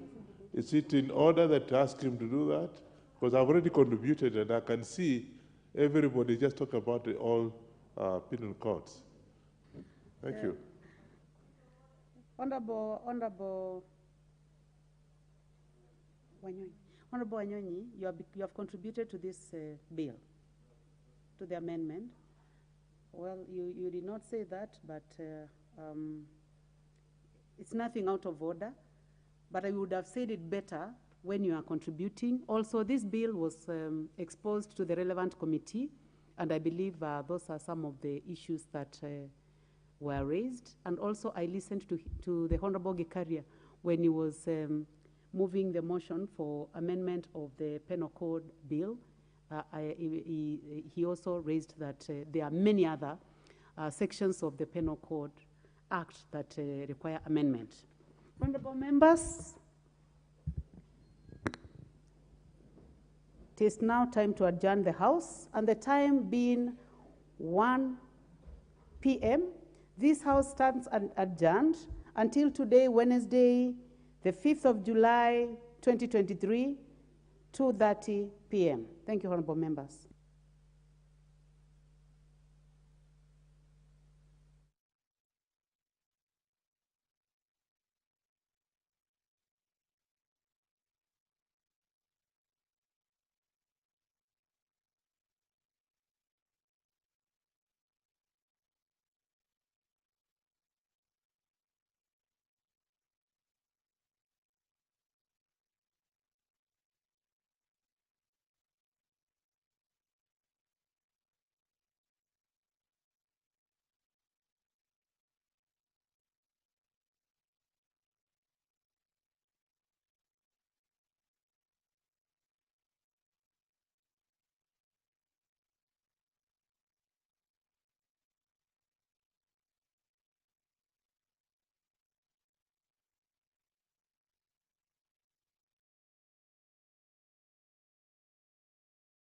Ending on the 30th of June 2023, and to appropriate those sums for certain public services and purposes.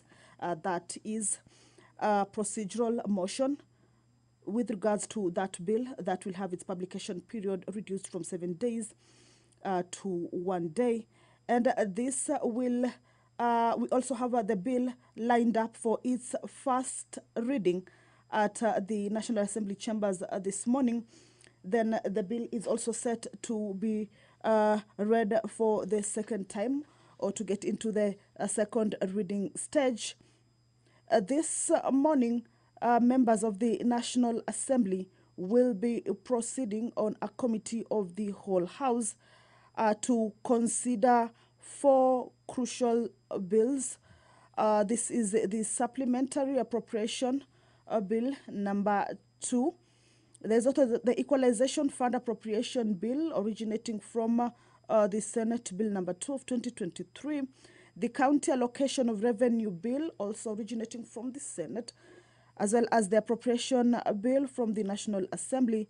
All these bills are lined up to be considered by the members of the National Assembly at the Committee of the Whole House stage.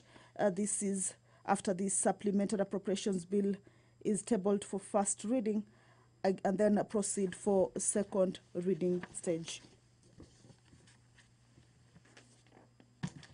Well, currently is a 10-minute quorum bell. If you're just joining us, is that the Deputy Speaker has directed a quorum bell be rung for 10 minutes.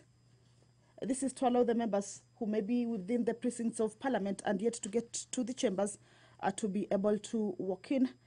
And as you can see, those members walking in, we are needed to have a quorum of 50 members in the chambers to enable the House start its business. The County Government's Additional Allocation Bill, National Assembly Bill number 2023 of 2023, will be read for the second time, or is lined up for its second reading this morning.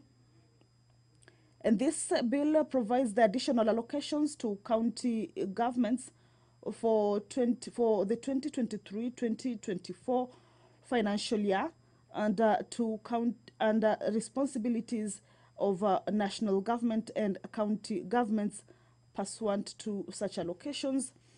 The bill also provides for additional allocations for the financial year 2023-2024 for additional allocations from proceeds of loans and grants from development partners, and to facilitate the transfer of conditional and unconditional allocations from the consolidated fund to the respective county revenue fund.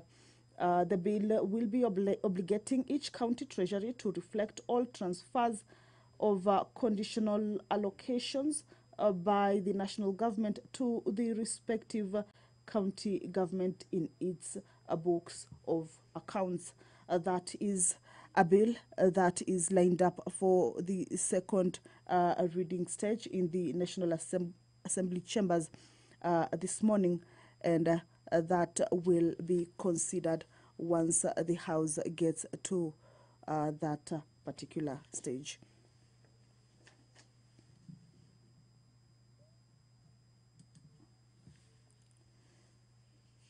The appropriations bill that is originating from the National Assembly, and which is part of the bills that are lined up to be considered at the Committee of the Whole House stage in this morning proceeding,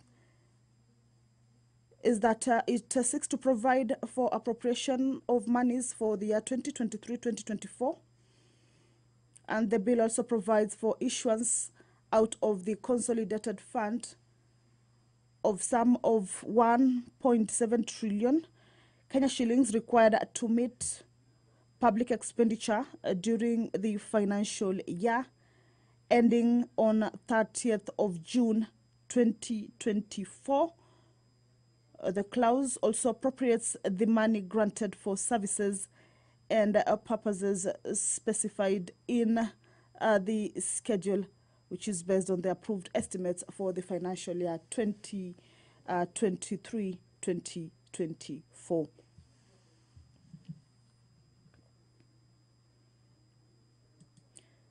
The quorum bell, as per the standing order, is still on. A 10-minute quorum bell as directed by the Deputy Speaker.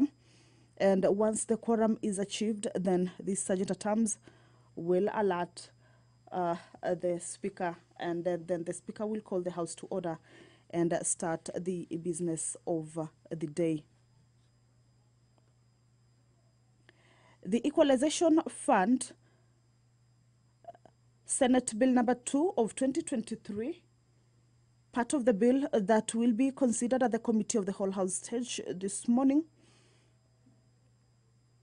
is that Article 204(1) of the Constitution establishes the Equalization Fund, whose purpose is to finance the provisions of certain services in order to bring the quality of those services in marginalized areas to the level generally enjoyed by the rest of the country.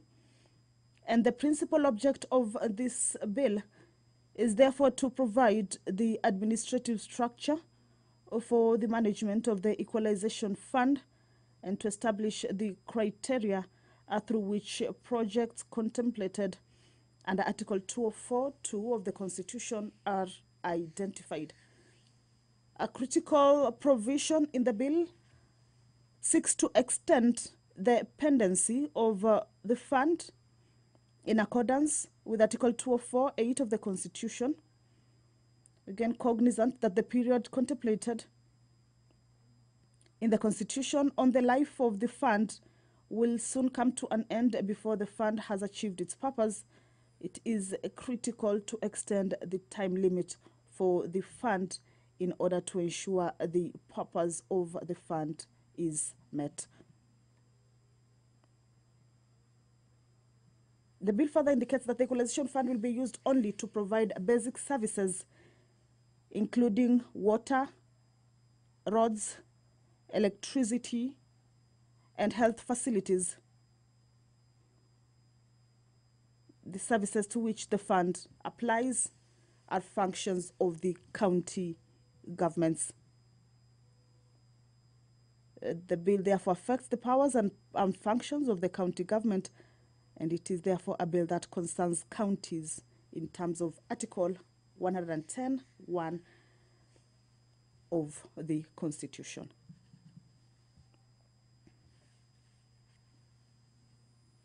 If you are just joining us, this is a live broadcast of the National Assembly proceedings. Currently is a 10-minute quorum bell. This is to allow members to get into the chambers. As per the standing orders, the House business cannot commence unless the House achieves its requisite quorum of 50 members seated in the chambers. And if there are no members at the commencement of the House business, then it necessitates the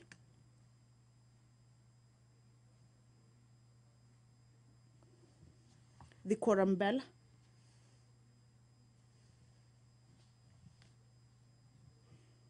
That will see the members walking in. That is Rarieda, Member of Parliament, Otiende Amolo, walking in. Just to notice that once the quorum is achieved,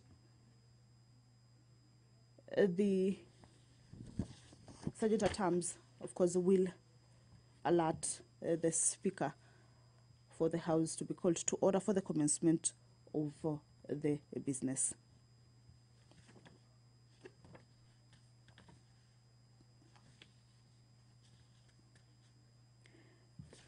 Two motions are also lined up for consideration. That is the Chairperson of Budget and Appropriations Committee. He is the one that will be moving various, tabling a number of bills in the National Assembly this morning.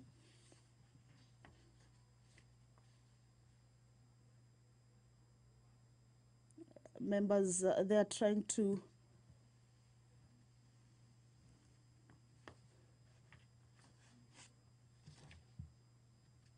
see whether the House is ready to start its business. But it looks like the number has not been achieved yet.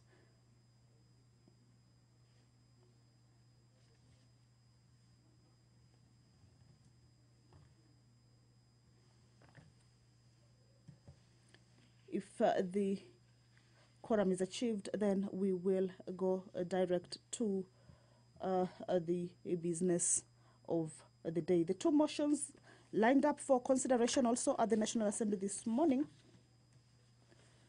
is the ratification of the amended Nairobi Convention and the protocol for the protection of the marine and coastal environment of the Western Indian Ocean from land-based sources and activities.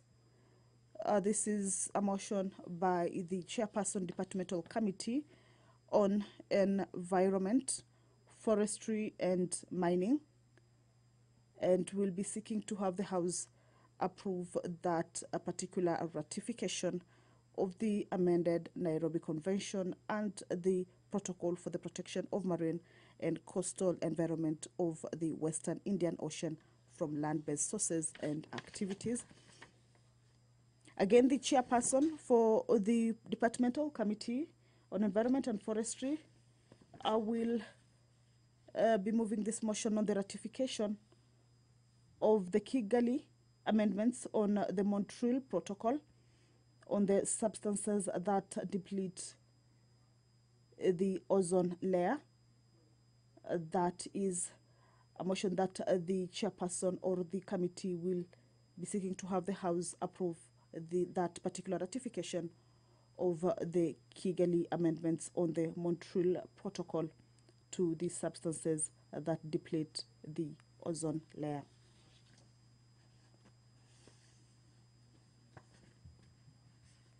As you can see, members are getting into their chambers after the House leadership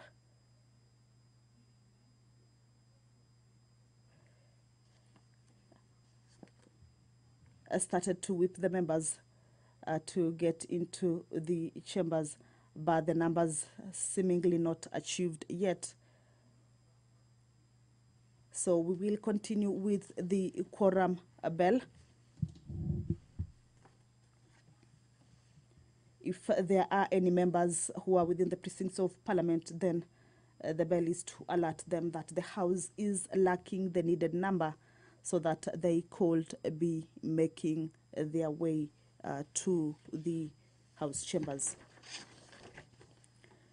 The reduction or the procedural motion by the Chairperson Budget and Appropriations Committee to have the publication period of the Supplementary Appropriations Bill from 7 days to 1 day is pursuant to provisions of the Standing Order 120. And that order is on the publication and introduction of bills.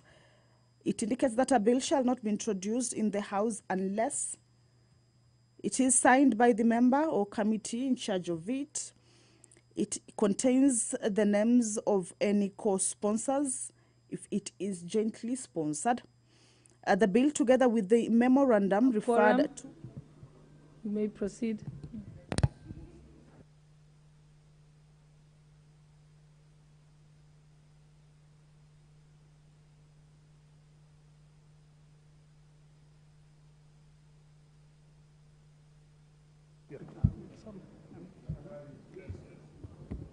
Order number 1, administration of oath. Order number 2, communication from the chair. Order number 3, messages. Order number 4, petitions. Order number 5, papers. Order number 6, notices of motion. Order number 7, questions and statements. Order number 8, procedural motion, reduction of publication period of a bill.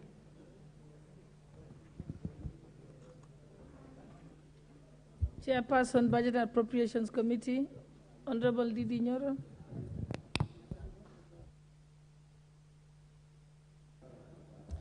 Thank you very much, Honorable Speaker. Honorable Speaker,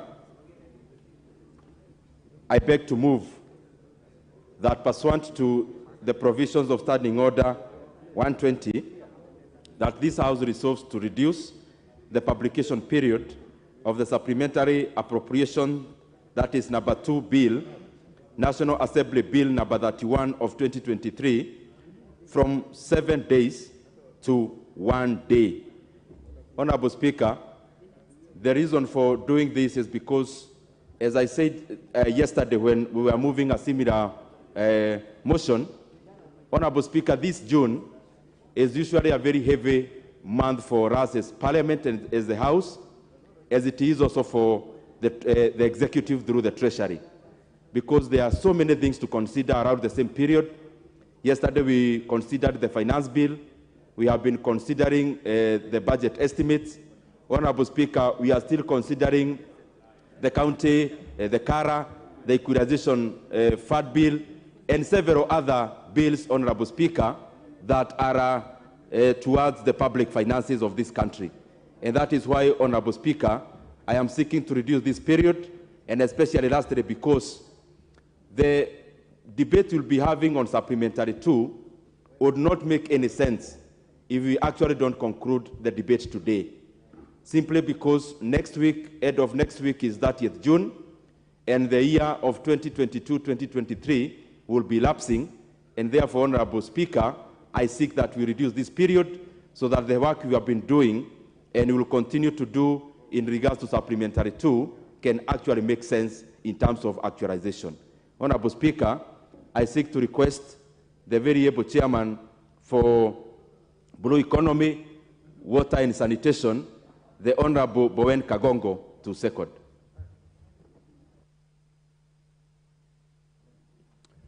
Thank you, Honorable Madam Speaker. Madam Speaker, I want to second this motion by the Honorable Chair of Budget. And the Honorable Chair, as he just indicated, that we have quite a number of bills, constitutional bills, which has timelines. Among them, the count allocation revenue bill, which is before this House, the equalization fund, and more so, Madam Chair, the appropriation bill, which is very important for this House and also for the country, so that we can have money dispersed to our constituencies and also the counties, Madam Speaker. Madam Speaker, I don't want to belabor too much on this. I want to second.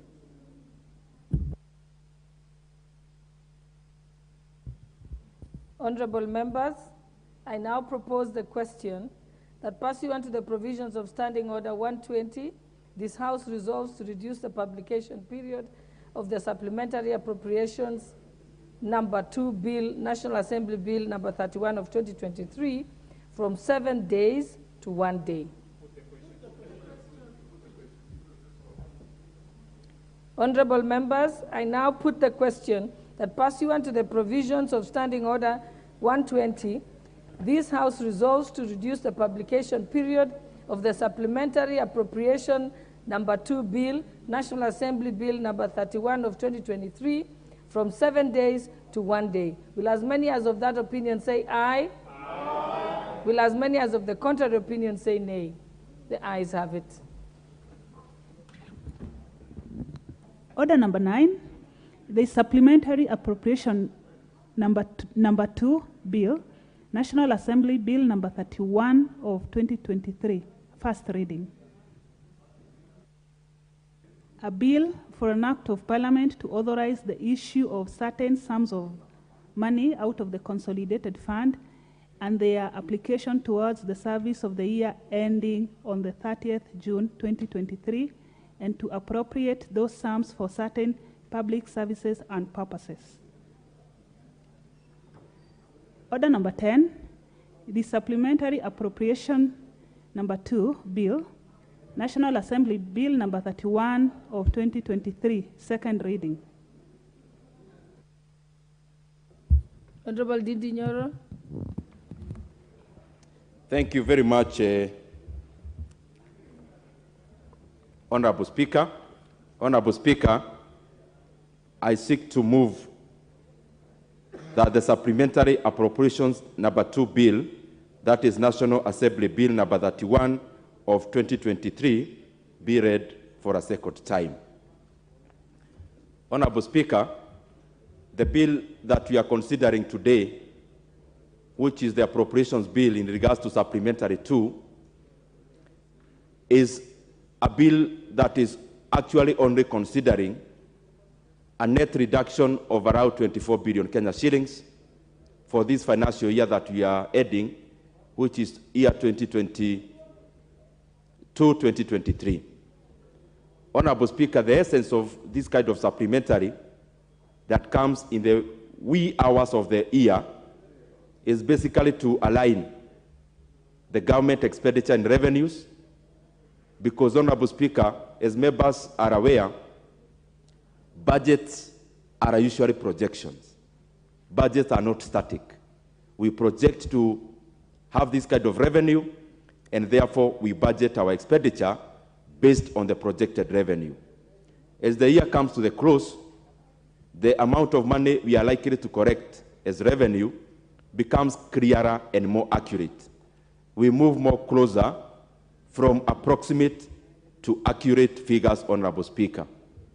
And as we move from approximate to accurate, Honorable Speaker, then it is our duty as this House to be realistic, because budgets are laws, so that we align that law, therefore, with the right figures in mind, and especially as we come to the close of the year.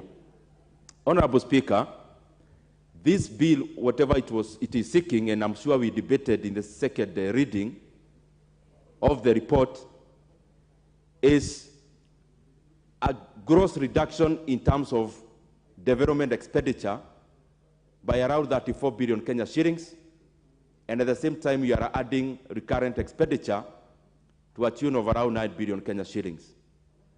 Honorable Speaker, as I said in the second reading, sometimes, because I know we have very conscious members of Parliament, I have heard Honorable Badi cite this numerous times, and he's justified that we cannot continue to add recurrent, and especially as we reduce development.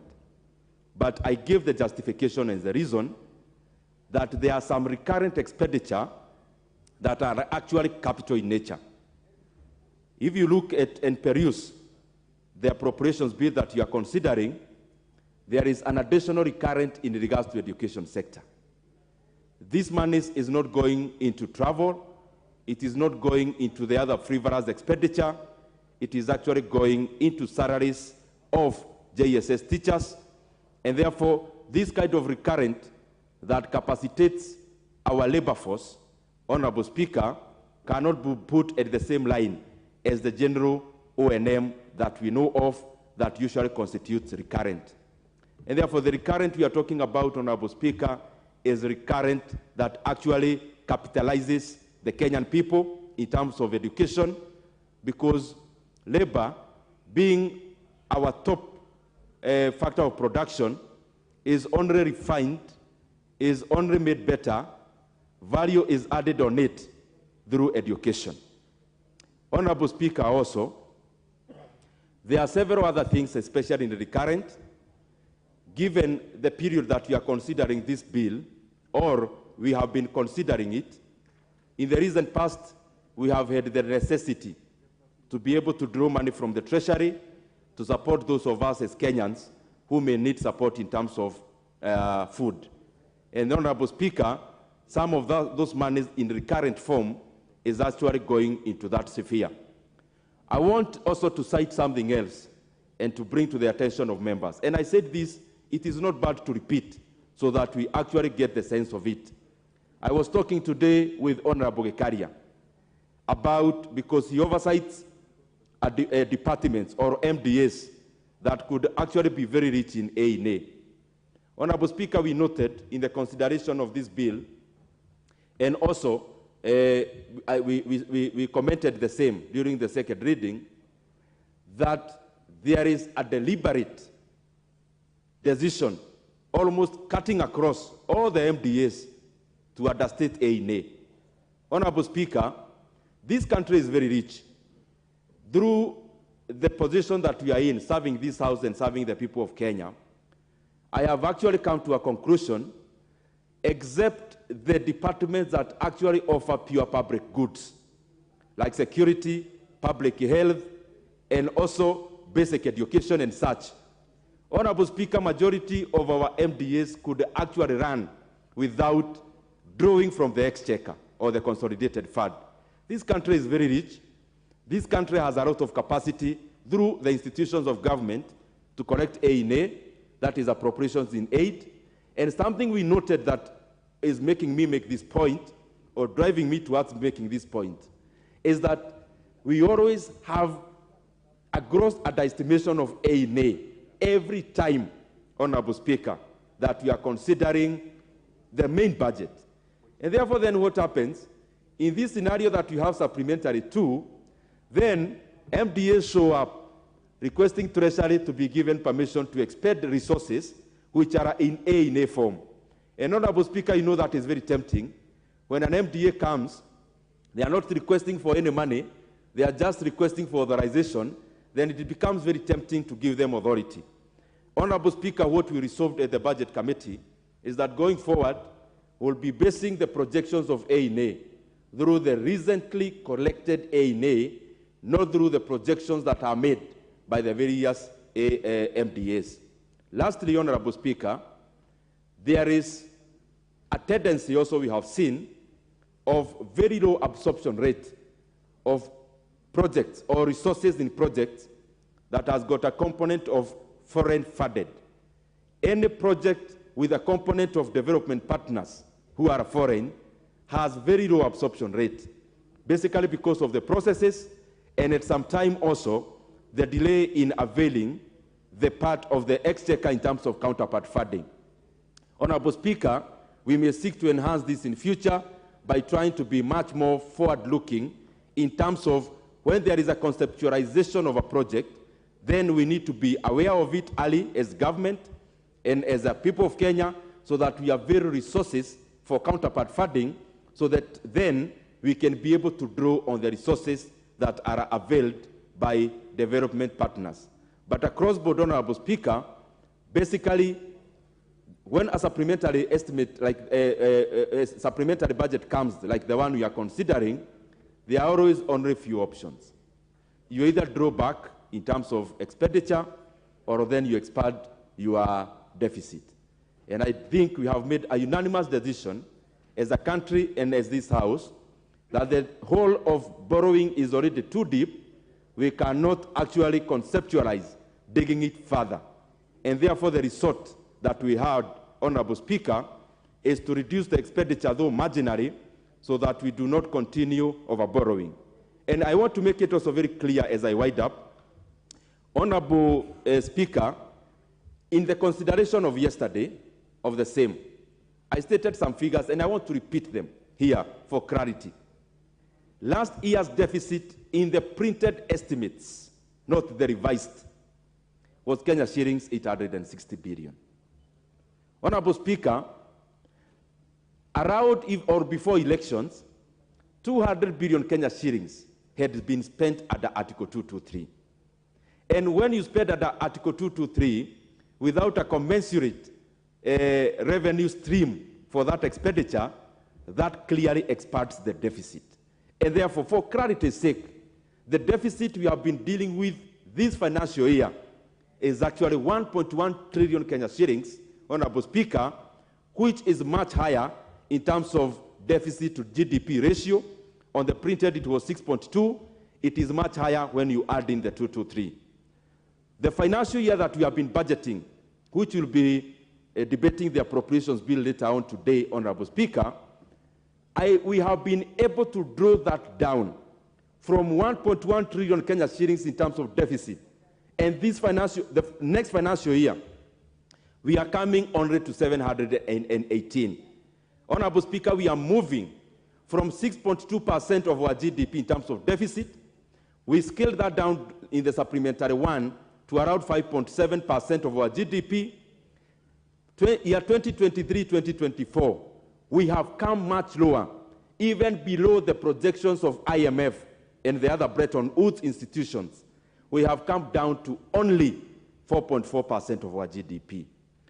As we go to the medium term, Honorable Speaker, we are projecting will be at the range of 3.6% of our GDP. So I want to assure these members that the role that we are playing on behalf of this House, we are playing it thoroughly. We are going to scale down on borrowing. because we cannot contemplate a matter where, or a situation where, our country descends more into debt. So I want to give assurance to these members. Part of the reason we are bringing this supplementary is because we would rather postpone some development other than get into a hole that is actually hazardous. So, Honorable Speaker, I thank you very much, and I thank these members, and I want to request the very able chair for trade. Sorry, I want to request the chair for JLAC, the man from Tharaka-Nithi County, the Honorable George Morogara, to second this motion. Honorable Sir George. Thank you. Thank you very much, Madam Speaker. Madam Speaker, I always admire the work that the chairperson of the Budget and Appropriations Committee does, especially during these nascent years when we are trying to work towards ensuring that the government gets money so that it can deliver on its commitments. So I say congratulations to him. We seem to be progressing extremely well, and this is very important. As I move to second this particular bill, allow me, Madam Speaker, to say a few things. First and foremost, it's that we are just about to come to the close of the financial year, and the government needs this money for recurrent expenses and also for a bit of development. My words to the government departments would be that let us absorb this money before the year ends, because there is no point in making these appropriations only for the money not to be spent because of bureaucracies and other hindrances that may be there to stop the government departments from absorbing the money. Number two, it is very clear out there that the government is not going to tolerate any misappropriation of public funds. These are public funds meant to serve the public of the Republic of Kenya, and therefore, I would actually support His Excellency the President that if anyone is caught trying to misappropriate the money or in any way misapply the money, then the whip must be cracked and that person must be immediately dealt with so that the confidence of the public can be restored that their money is at all times secure. I have gone through the bill, and each of the state departments has its own allocation.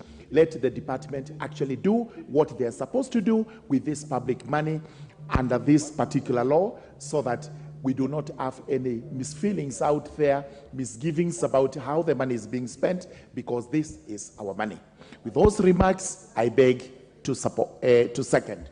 Thank you very much, Madam Speaker. Honorable members, I now propose the question that the Supplementary Appropriation Number 2 Bill of the National Assembly Bill Number 31 of 2023 be read a second time. And while I'm on my feet, honorable members, I wish to recognize the presence of Dururumo High School, Boys High School from Laikipia West constituency in Laikipia County. I also wish to recognize the presence of Nurul Fata Primary School from Kamkunji constituency, Nairobi County. Honorable members, I'll allow you to contribute the Honorable Farah Malin, member for Dadaab. Honorable Speaker, firstly, I want to congratulate these very able young legislators who are the chairs of the Budget Committee and the Finance Committee. They've done a fantastic job. Also wish to congratulate a very old friend of mine, Mbadi, for also giving a lot of professional insights into these debates. We are enriched, much more enriched. I, however, would want to disagree with the chairman of the budget on the issue of borrowing. Mr. Speaker, when you have an organization, a corporation that is insolvent, that is not able to operate because it is a lot of debt, there are a number of ways in which you try and deal with that. One, you can load off that organization and sell it and then pay the debtors or the creditors or the debtors in many different ways. And a number of them, many of them are going to end up not getting paid their debts. The other one is that you pump in more money into this corporation, you load off certain divisions that are not profit-making, you reconstruct the management of the organization, and then you make sure that that company is able to progressively, over a period of time, begin making less losses, finally break even, and then begin making profits, and then finally becoming a very profitable organization and declaring dividends for the shareholders. The Republic of Kenya and the government of Kenya is a corporation, and the people of Kenya are the shareholders. So when we have a problem with debts, I don't think the situation should be that we should not take more debts.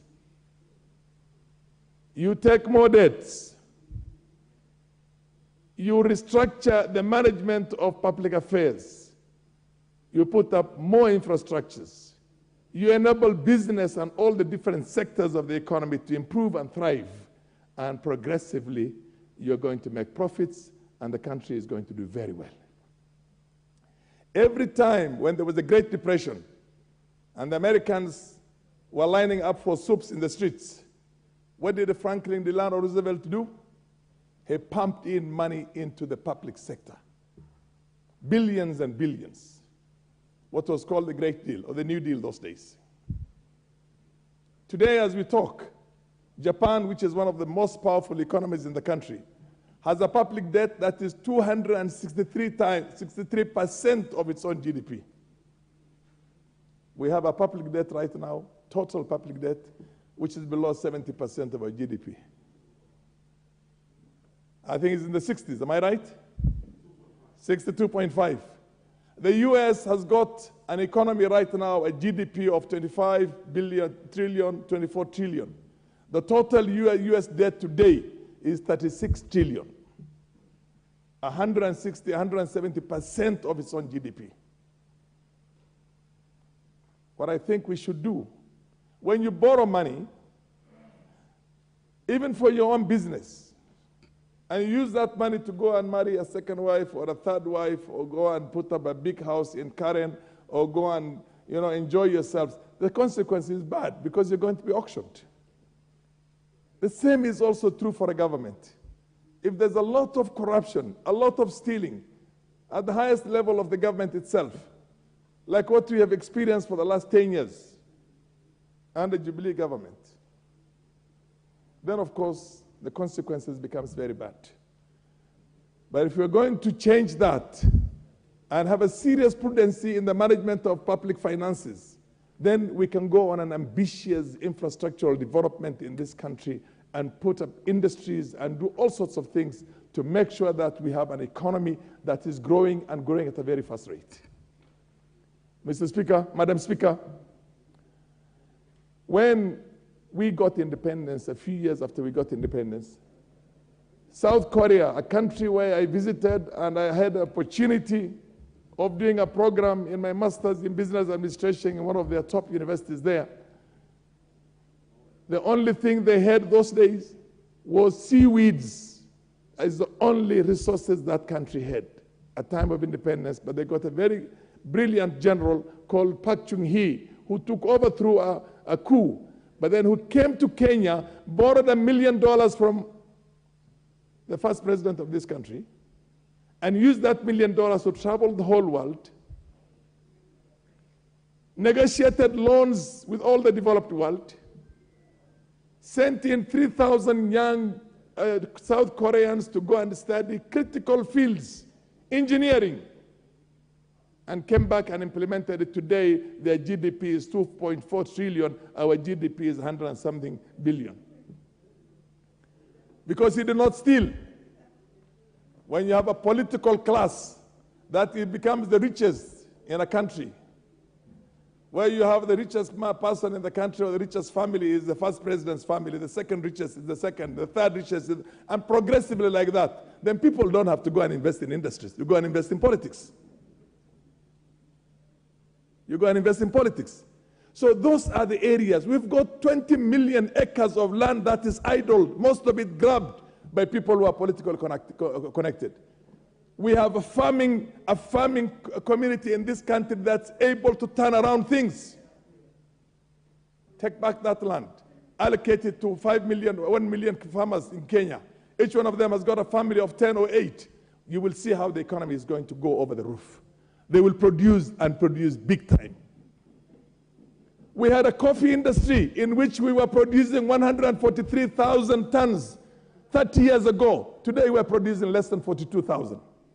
Why? Because the political class became millers, they became middlemen, they became brokers, they kept on feeding on Kenyans, the poor Kenyans, while our coffee is being sold for 2,000, 3,000 Kenya shillings outside, are being given 50 shillings now for a kilo. The coffee farmers have gone to hell. None other than a government that was there.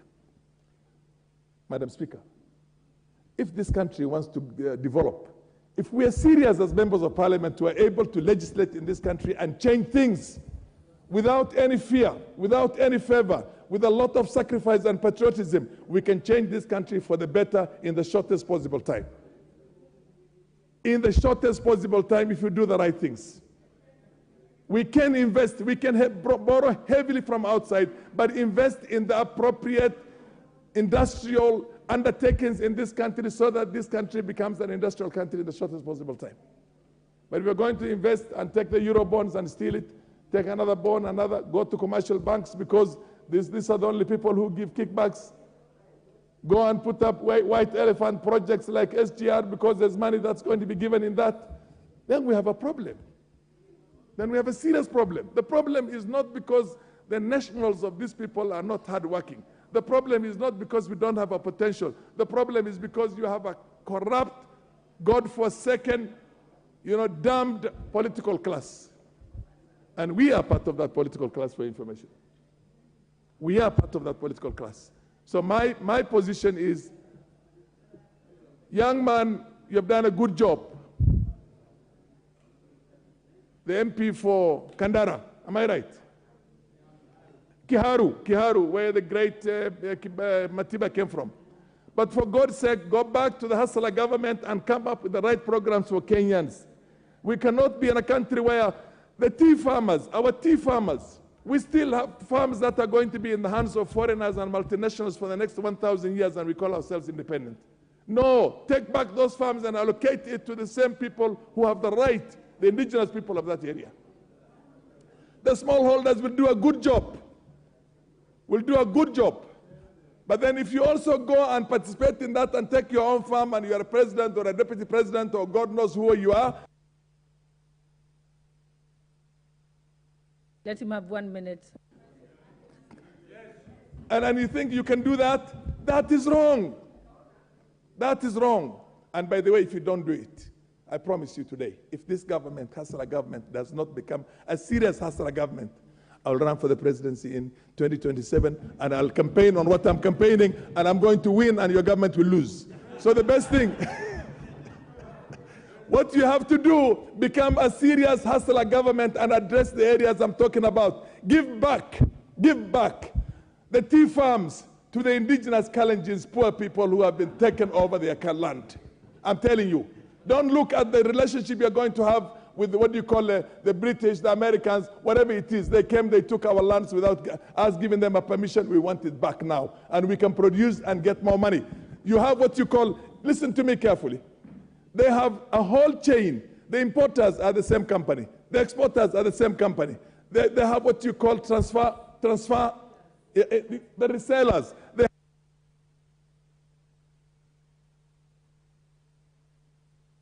Your point has been made, Honorable Farah. Thank you.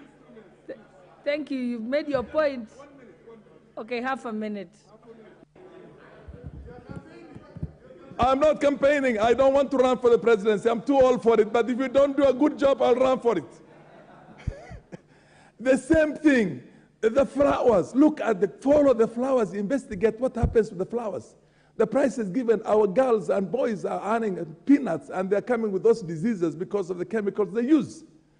And the prices that they use for here and the prices that they pay off there. The importer who gives us a very small price is the same organization. With the coffee is the same organization. With the tea is the same organization. The same people who are out there will give us a very cheap transfer, what you call pricing. Pricing. We have the potential. We need that potential ourselves because we need to create the wealth in this country, not create wealth for Europe and other places, for God's sake. And not create the wealth for only 10 Kenyans who are up there. Everyone who comes becomes a billionaire and that's it. No, we don't want to do that. If we don't do that, I'll raise this 50 million Kenyans are not going to sit for another 5 years waiting for you to do what the previous governments did all the time. So hustle a government, you are not right now. Move very fast. If you don't move very fast, for God's sake, you're in trouble. And that's what I expect you to move fast. I expect you to achieve these things. We will support this, bottom up, as you put it, so that we can empower ordinary Kenyans and develop wealth and spread wealth out and realize the full potential of this country. We have not realized the full potential of this country. Thank you. The Honorable Member for Bonchari, Honorable Charles Onchoke. You'll get a right of response, Budget Chair, at the end. But I think if we can try and make it so we don't talk too long so that other members will have opportunity. Yes, because I think it's an important... Yes. What's your point of order, Honorable Kangogo? The Deputy Speaker, Farah Mohalim, by whole chance, he will seek to run the presidency of this country. I will seek to be his running mate. Madam Speaker, because the supplementary appropriation bill is very important. Many of these members, they have come here this morning to contribute and discuss. Madam Chair, would I be in order if we can seek that we reduce the minutes from 10, to 5, so that to give each one of us a chance to talk? I think that's a good point, but then I think we should have moved that motion earlier, but we can just do it as a good practice, right? Yes. Okay, Honorable Charles Onchoke. Yes, yes. Please proceed. No, let's proceed, Honorable.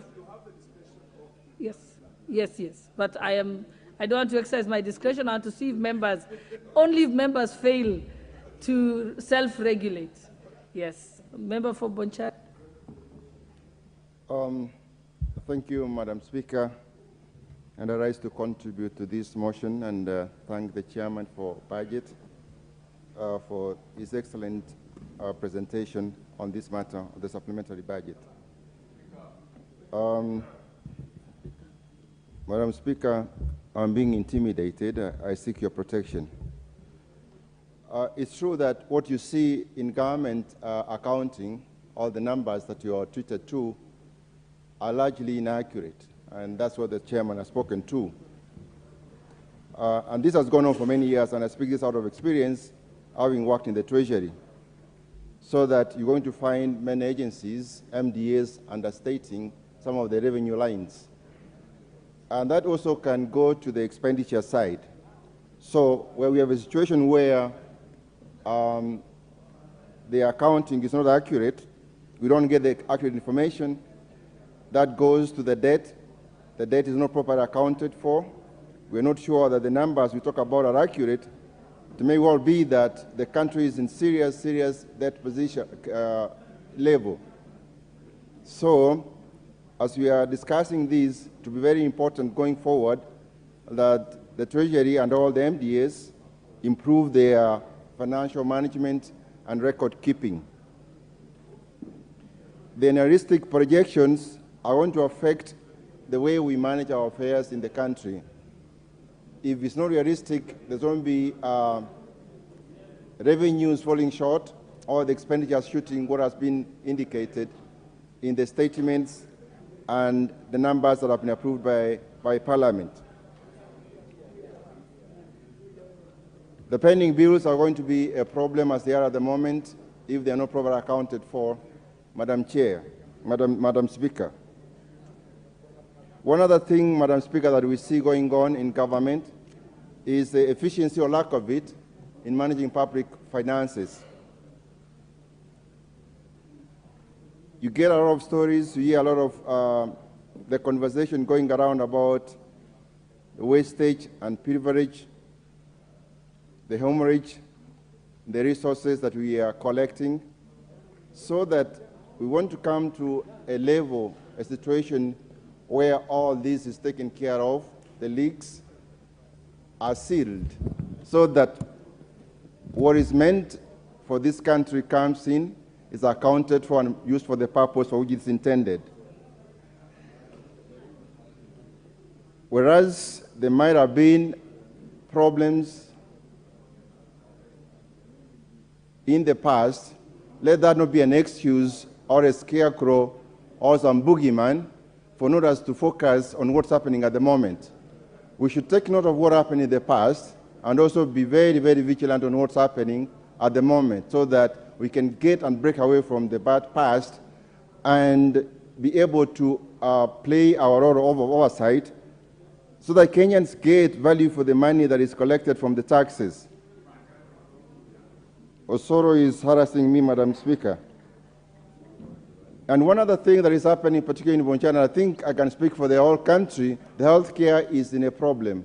Not a single day goes without somebody calling me from Bonchari for a medical bill that has not been paid. NHI is not working. No public hospital is working, at least where I come from. I don't know about the rest of the country. The education is a big problem. Teachers are not paid. The monies that are supposed to go to the schools haven't gone in good time. I have a number of schools in Bonchari that are complaining not having received their monies from the Ministry of Education. So that as we are discussing these matters, Madam Speaker, we take cognizance of these very important sectors, health care, education, and they be resourced appropriately, and the money is released and dispersed in good time so that they can serve our people, our students, so that we have a country that is moving towards economic development and growth. I thank you, Madam Speaker.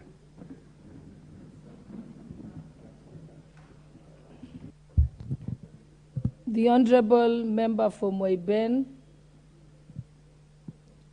Honorable Professor Barto, I see your card here, or are you not ready?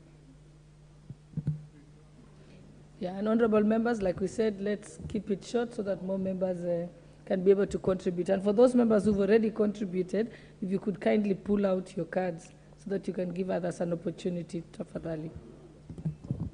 Thank you, Madam Speaker. Before I became a member of parliament, I was a teacher, so I know how to keep time. Madam Speaker, I rise on behalf of the members of Moiben constituency to support the motion brought by the chair. And Madam Speaker, in as much as I am supporting, I hope that the taxes the people of Kenya are paying, we are going to feel it in our constituencies. Madam Speaker, we are hoping that we are going to see the strategies which are being used to make sure there is a fair distribution of development in the entire Kenya. Madam Speaker, in Moiben, for example, we are a farming constituency. We are looking forward to support farmers are going to get to build their capacity and to get support in their farming activities so that they can increase production and feed the nation. Madam Speaker, we still have an equal society. We have, for example, roads in my constituency. There are some parts of Moiben where the roads are still impassable. We have issues of electricity. My constituents are still using the old ways of lighting their homes. That is, they are using the in my community, we call it tamambul. I'm hoping that in this dispensation, they are going to see the light and they are going to get electricity. Education, Madam Speaker, is still a problem in my constituency. And that is why when I sit here in Parliament, I work hard to make sure that I support the government of the day, because I know it is going to make a life, it is going to change the situation in my constituency, and not my constituency alone, but in Kenya. So, Madam Speaker, I hope the government is going to put in place very serious structures to avert corruption, so that the taxes we are going to pay as Kenyans are going to be used to do or to build the nation. Madam Speaker, sorry, what is the problem?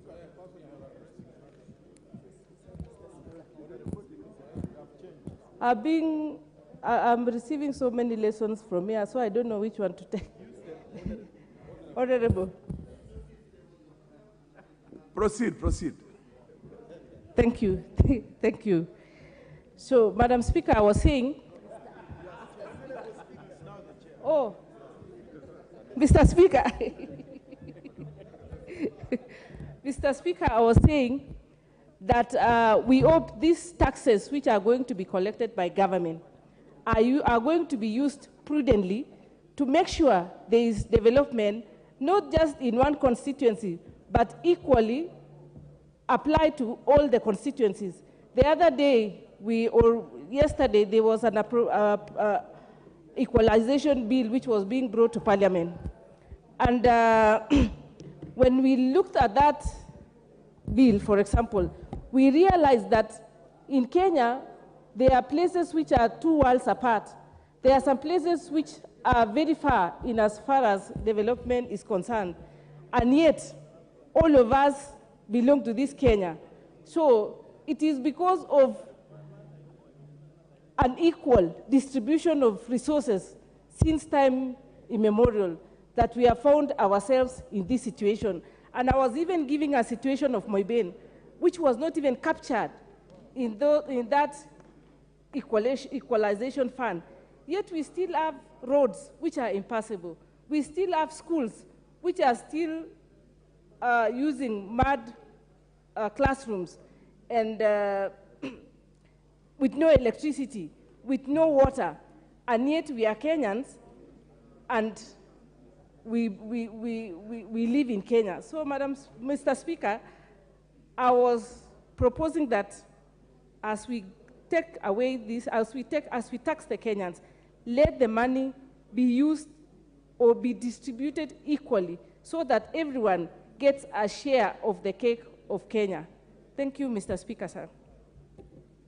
Honorable members, the interest is widespread.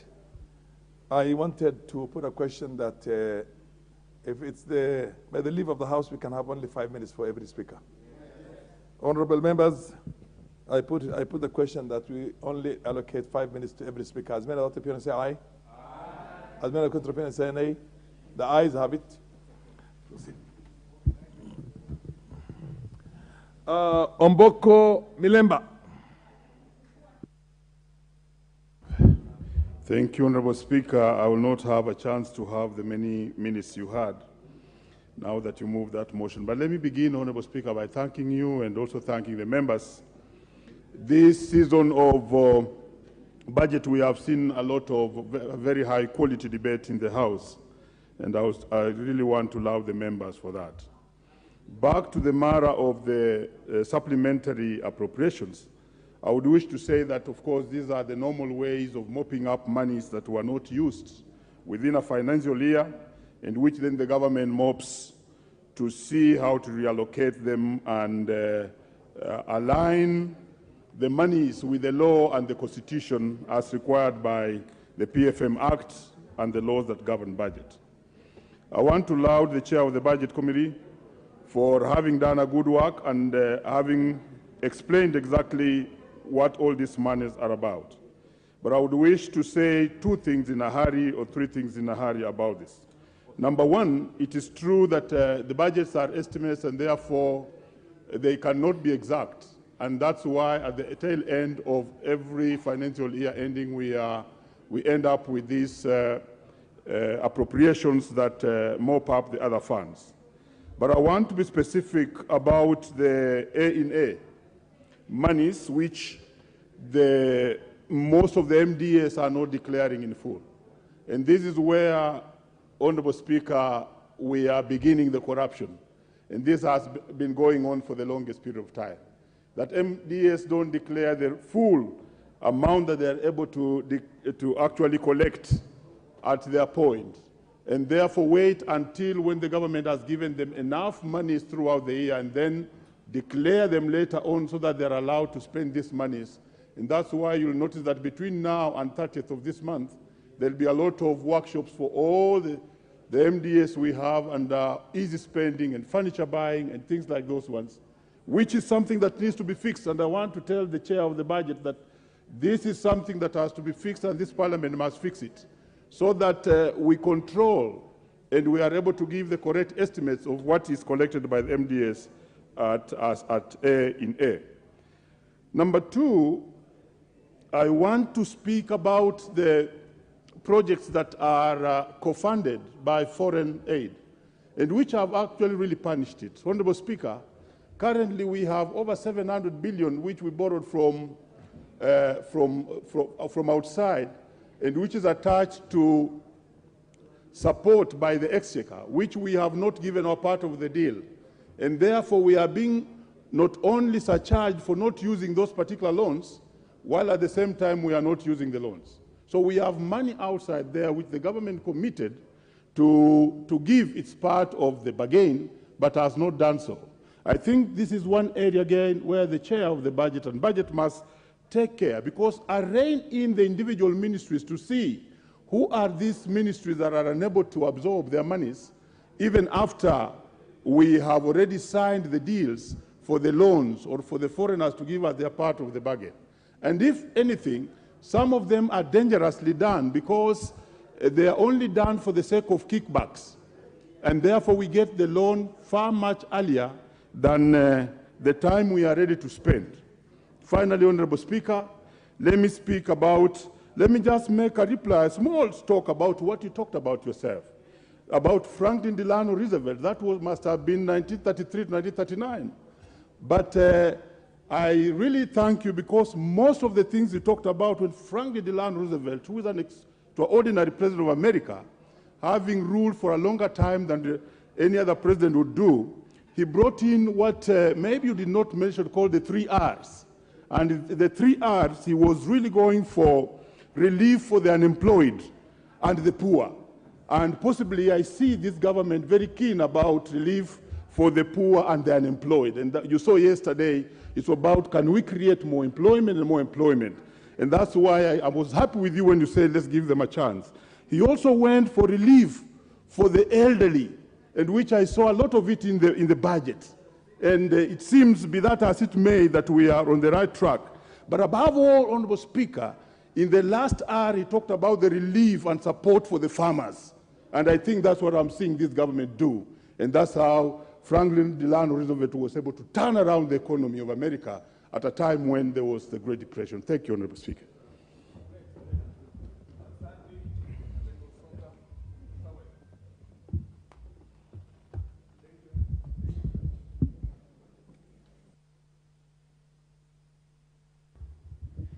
Thank you, Honorable Speaker, for this opportunity to support the Supplementary Appropriations Bill number 3.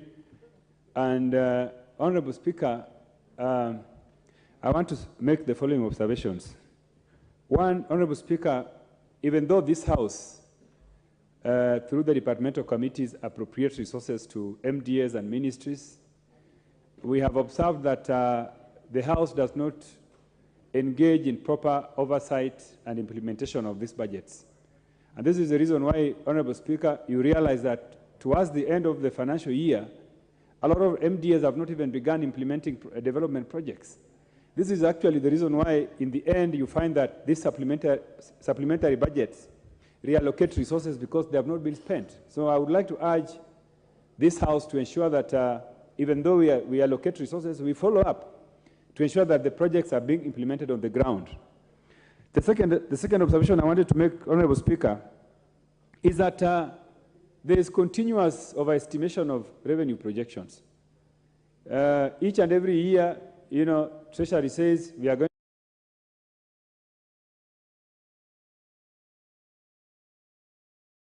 targets. I think it is time that we insist as a House that revenue projections are realistic and that what is projected is what is actually going to be achieved. It is not rocket science, Honorable Speaker. This is something which we can do. We know what KRA is doing. We know the capacity of our economy. So we should never allow figures to be brought before this House that are not able, will not be realized. Because this is really what's affecting this, the budget implementation. Because when you say you are going to collect this amount of money and you don't do it, it means that the promises you gave to the people on the ground in terms of public participation, some of those projects will not be achieved, and it will affect the people on the ground. Thirdly, Honourable Speaker, is that we have noted that there is continuous misuse of Article 223. Honourable Speaker, this House is investigating misuse of this article, and I know that there are committees that are investigating usage of this article in the previous regime, and reports are going to be presented in this House. But even though this is ongoing, we are still seeing government still using this article inappropriately. And I think this is also something which we said, Honourable Speaker, that we should never allow as a House. Whatever the justifications, I don't think it is appropriate for this House to allow government to spend money which is not budgeted for.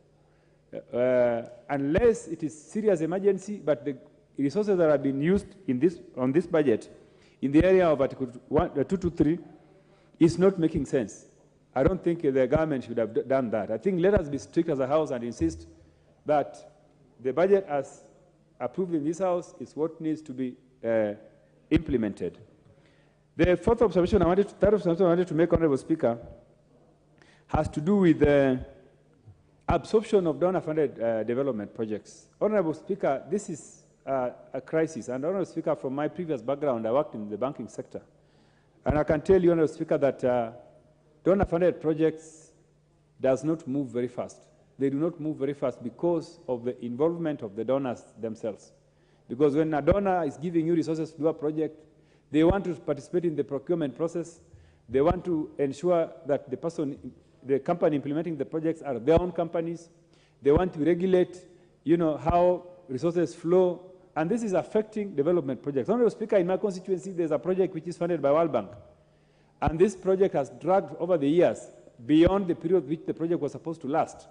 And each and every year, the government has to go back to the donor to request for extension of the project period. And if you look at the reasons why this project has delayed, it is purely because of the donor misbehavior. So I think if we are going to rely on donors to support our projects through loans, then we need to ask our technocrats in Treasury to define the procedures that should be used to fast-track these projects.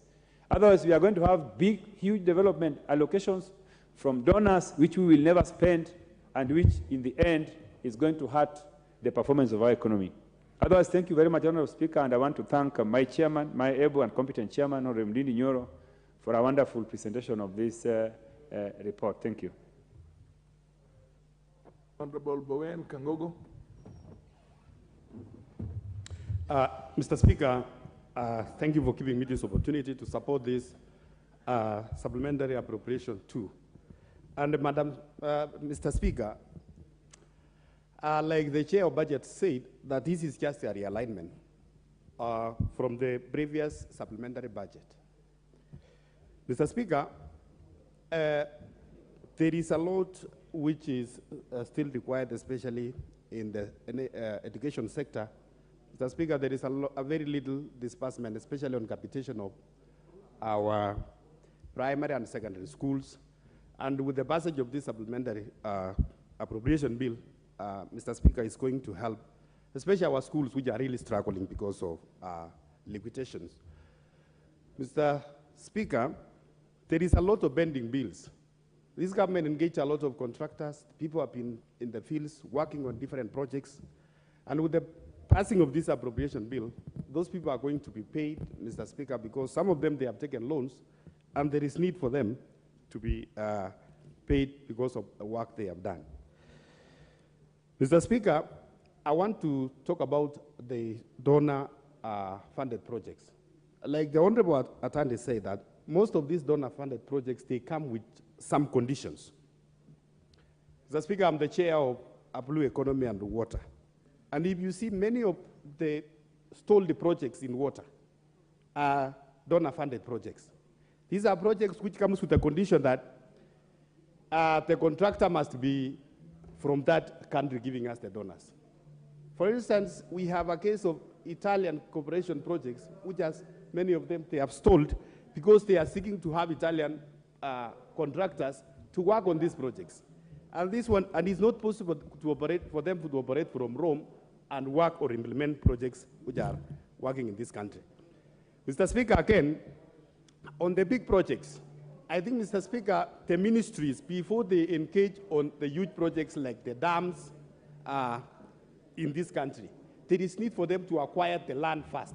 Because you will find that the contractor is already been contracted, is given, he has an active contract, is supposed to move to the site, but you will find that the land acquisition is not there. So it delays the entire process. Mr. Speaker, I want to talk on the issue of consultants. If you look at how much the government is paying in terms of consultants, you will find that a project has a consultant's money even bigger or even much equal than the project itself. I want to ask the Honorable Chair of Budget to look into this, because there is no way you can have almost a half of money for a project going towards consultants. When the government also, for instance, Mr. Speaker, in water projects, the government, they have so many engineers in this country. But you will still find that the amount of money given out for consultancy is more than even what is required to develop those projects. Mr. Speaker, I want to ask the committee of the Public Accounts Committee, what is the role of Public Accounts Committee reports vis-a-vis the budget-making process? Mr. Speaker, you will find that we have tabled so many reports here, public accounts reports, showing misappropriation of funds in our ministries and the MDAs. But during the budget-making process, those reports are not factored in to make sure that the ministries and the MDAs, which they have misappropriated a certain amount of money, that money should be reduced to equal to what the budget, the BSC reports is reported. Mr. Speaker, on issues of borrowing, Mr. Speaker, we support that we cannot continue borrowing. But at times, Mr. Speaker, if there is need for us to borrow, let's borrow and use the borrowed money to specific projects which are meant, to which the borrowing was meant, and to avoid cases where we borrow and that money gets lost without any tangible project. I want to support, Honorable Speaker. Badi, MP for Changamwe.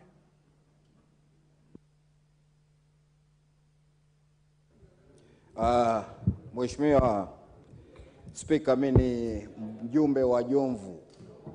Jomvu imekatwa kutoka Changamwe, ndio tukapata Jomvu, na kutoka wakati Jomvu ilipoundwa mwaka 2013 mpaka leo, mimi ndio mbunge wake. Kwa hivyo mimi ni mbunge wa Jomvu wa kudumu. Mheshimiwa Spika, mimi nashukuru, nataka kuunga mkono mswada huu na vile vile kumpongeza Mheshimiwa Ndindi Nyoro kwa ile kazi nzuri ambayo amefanya. Lakini Mheshimiwa Spika, pia nachukua maneno yako ambayo umeweza kuyaongea juu ya nchi kama Korea na nchi nyingine. Ni majuzi tu Mheshimiwa Spika, maneno yako ni ya kweli, kwa sababu tulikuwa nchini Korea Ndani ya Seoul peke yake, Mheshimiwa Spika, kuna madaraja 32 katika river, ambayo ile ni hali ambayo tumeiona ya maendeleo sana. Kwa hivyo Mheshimiwa Spika, yale ambayo yanafanyika katika nchi nyingine, tutarajia na sisi tukipata pesa zetu tutaweza kupeleka pesa hizi kwa miradi ile ambayo imetengwa kuifanyia kazi, sio kufanya ufisadi na pesa zile. Kwa ajili bajeti hii ya ziada ama supplementary budget, Mheshimiwa, tukiangalia ni mpaka tarehe 30 mwisho wa mwezi ndio mwisho wa kumalizika kwa mwaka wa bajeti. Kwa hivyo ni wakati mzuri kuona kama wenzetu vile walivyosema kuwa pesa zile zinapelekwa kwenye miradi na kutumika vizuri. Mheshimiwa Spika, mimi leo nazungumzia kuhusu Jomvu. Jomvu kuna mahali kunaitwa Jomvu Madafuni, ambapo kulitengenezwa barabara project A109 kutoka Baroda kuja ikamalizikia hapo Madafuni. Mheshimiwa Spika, pana kipande cha mita 800 peke yake. Hata makamu wa rais Mheshimiwa Gachagua alipokuja kuzindua mradi pale Bonje, alizungushwa mpaka Changamwe kilomita 5 na mahali ambapo ni pa mita 800 pa kupita kufika kwenye mahali pengine ambapo anakwenda kufungua mradi. Nasema hivyo kwa maana wale watu wa serikali walikuwa hawataki makamu wa rais yaone yale. Lakini uzuri nilisema mbele yake na nikaeleza mbele yake kwa nini alizungushwa, ni kwa sababu asione pale mahali pabovu. Mheshimiwa Spika, mahali pabovu hapo pamefanyika maandamano na watu wangu pale wakilia. Mimi nasema haya kwa sababu pesa hizi zikipatikana zisifanyiwe ubadhirifu, pesa hizi zipelekwe kwenye miradi ile ambayo inastahili. Na moja ya mradi ambao wastahili ni kumaliza hicho kipande cha Jomvu Madafuni ili kuona kimeweza kutengenezwa katika hii bajeti ya ziada. Nasema haya Mheshimiwa Spika kwa sababu pesa katika mradi ule kuna pesa kutoka African Development Bank. Pesa katika mradi ule kuna pesa za European Union ambazo ziliwekwa, lakini leo zimefujwa mpaka leo watu wanadai. Kuna watu katika sehemu ya Nakol ambayo mimi Mwenyezi Mungu akinijalia siku ya Jumanne nitaleta petition yao hapa bunge, kwa kuwa waliweza kuondolewa na pasi na kulipwa na wakati pesa ile iko. Kwa hivyo tuna hofu pia pesa hii kupatikana alafu iende katika njia ambayo itakuwa sio. Mheshimiwa Spika, ufisadi katika Kenya umekithiri sana. Leo kuna kampuni ati katika hapo mahali imeenda kuchukua kotoda inaitwa Synergy Gases, ya negotiate na serikali, alafu kisha mwenye kampuni ati yaiambia serikali na kupunguzia milioni 50. Mimi sijaiona kuwa private entity iweze kusamehe serikali, isipokuwa hii ni negotiation ambao waliifanya na National Land Commission na watu wale wa Kenha. Kwa hivyo naiomba serikali kuona kuwa Mheshimiwa Ndindi Nyoro kazi nzuri anayofanya, pesa hii ikipatikana iende pale kwa ile miradi ambayo inaweza kupatikana. Na vile vile na kupongeza Mheshimiwa Mwenyekiti kwa kazi nzuri kuonesha tajriba kama kijana kusimamia katika bajeti ya Kenya. Asante Mheshimiwa Spika na Mungu aibariki nchi. MP for Kilifi North. Thank you very much, Honorable Speaker. Honorable Speaker, I stand to support this supplementary appropriations bill, and in supporting it, I know when I was on the other side with my brother Mbadi, we used to be very critical about 223 and why it should not be used by governments, because we always felt that, one, it is one of the ways that propels corruption. Two, we felt that it is the wrong way to manage a government and to manage finances in a government, because you're giving an opportunity for people to spend money the way they want without regard to the law passed in this parliament. And I agree totally that it is the wrong way to do. But then coming to this supplementary 2 that we are doing today, I think it is necessary now that we finish this 223 this financial year. So I would like to urge the implementers of government budgets, while this year we are doing it supplementary 2, we would like to see that in future we do not have a supplementary 2, and that this article is disabused so that we do not have the abuse that goes on in government offices because of that. But having said that, Honorable Speaker, I want to say this. There's a lady called Marjorie Oluthe Magoye who wrote a book called Coming to Birth. And in that book, he says a birth is a very difficult process because before the birth, there has to be a pregnancy. And that pregnancy sometimes gets complicated, sometimes you lose hope, sometimes things do not. But the most important thing that you look at forward to is that a child is born. But coming to birth is a process. This country is coming to birth.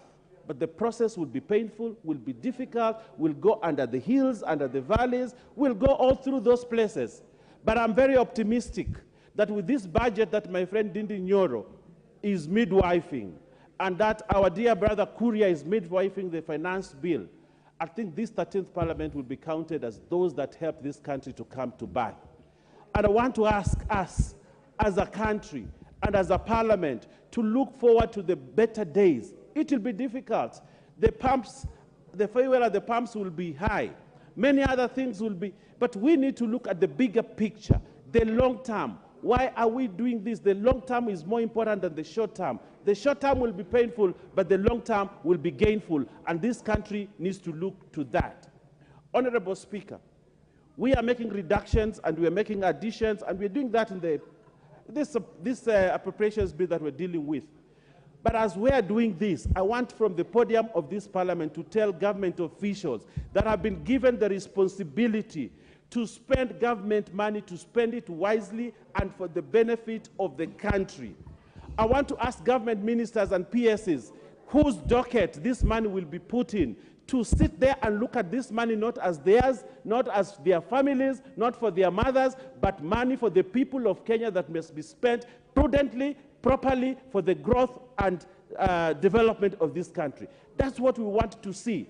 And as a house, we have the oversight responsibility that I would like the committee chaired by John Badi to call them and ask them and put them to task. We want greater accountability from ministers and from PSs so that at the end of it, Kenya is proud because we have a team that can take this country forward. The president has goodwill, and the president wants this country to move forward, and he is taking bold and sometimes dangerous steps.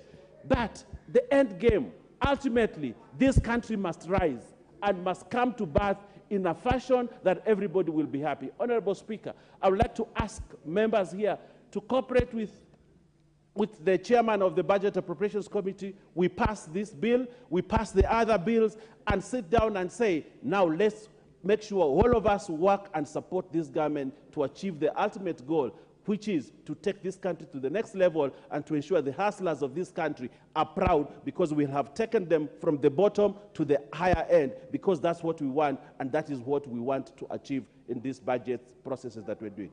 I thank you, Honorable Speaker. MP for Kachiliba, Lote.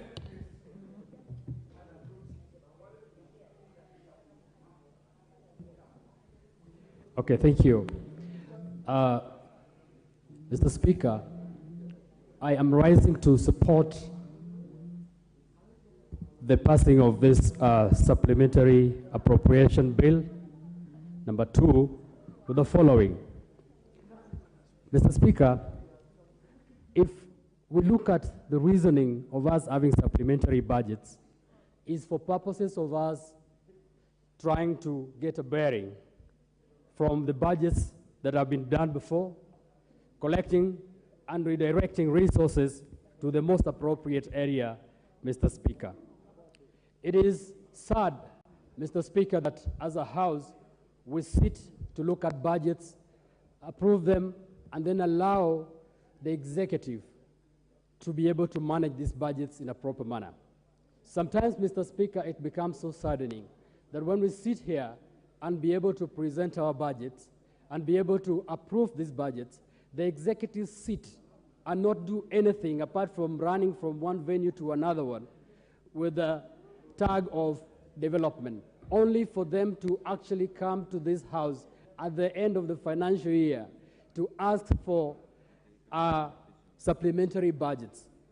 Mr. Speaker, it is sad that if you look at every government offices now, as we come too close to the financial year, this is the time when you hear ministries, you hear departments asking that IFMIS be extended beyond the period that is supposed to.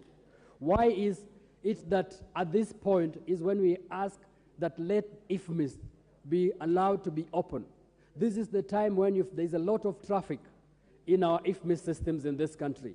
Because for a whole year, most of the executive officials will run from one venue to another one without knowing that we have given them these budgets for them to be able to deliver to the people of Kenya. If you look at the expenditure that comes at the tail end of the year, Mr. Speaker, most of these expenditures are not for development, Mr. Speaker.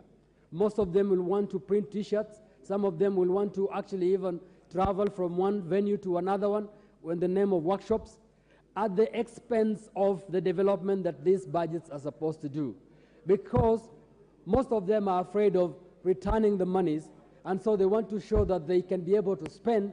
Because of that, they put these monies in things that are not going to develop this country, Mr. Speaker. And so I want to say that as we look through supplementary appropriation in future, we need to look at it in a manner that we see that resources are directed to the things that will help this country move forward and not the officials stay very comfortably. Mr. Speaker, we are also aware that this country is managed by the executive wing through the PSS down to directors. Mr. Speaker, it is sad, and I'll say this, that resources are always directed most of the times to areas where these officials are coming from, Mr. Speaker. People of Kachaliba who do not have a lot of people sitting in offices do not get resources, despite the fact that I sit here as a member of parliament and actually approve this appropriation. But when it goes to the officers there, they do not know Kachaliba, and there is no person from Kachaliba that sits to say at least some of these resources go there. That is why we are asking, can these resources be directed equitably across the country and not from the angle of where do I come from? We will want to talk about this because there are areas that are continually being marginalized despite the budgets because of the fact that they do not have people sitting in big offices. And lastly, Mr. Speaker, I will want to say this, that there are a lot of projects that the government have started. But surprisingly, if you go to our highways, for example, our highways are well done, but immediately the highways start to wear out. Nobody is actually trying to put resources. And I don't know if it's our disease of the Africans or what. There are no resources that are put to maintain already made projects. So I actually want to laud the budget committee chair and the budgets that have been put, but also to say that let us not continue initiating new projects if we have not been able to finish the projects that we started, and that if we are also not able to put resources, Mr. Speaker, to be able to maintain some of the projects that have been done in this country. So it is sad that you have a good road, and when there's a pothole, we want to do another new road, and yet we cannot continue maintaining the one that we did before. So, Mr. Speaker, I support this appropriation.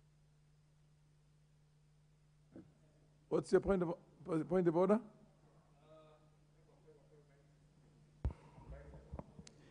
Mr. Speaker, I am looking at first of all, I must thank the members who are here present, because you know the time we left the House chamber last night, and I know this bill has elicited a lot of interest, but Mr. Speaker, I'm looking at the order paper, and I see that the next bill is also a bill on the same issue of money and budget, and I think the members who are present in the House who would want to contribute because there is a lot of interest, but it is the same, it talks to the same thing.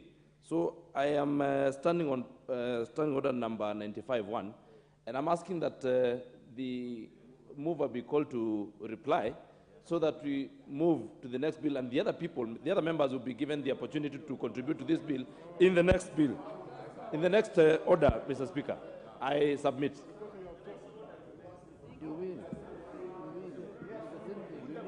Put the question.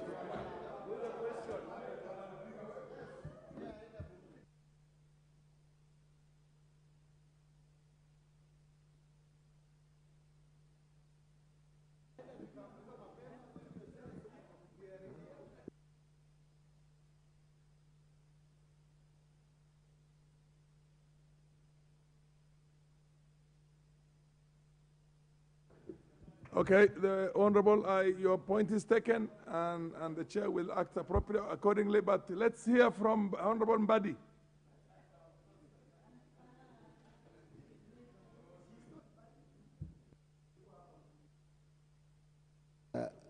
Thank you, Mr. Speaker.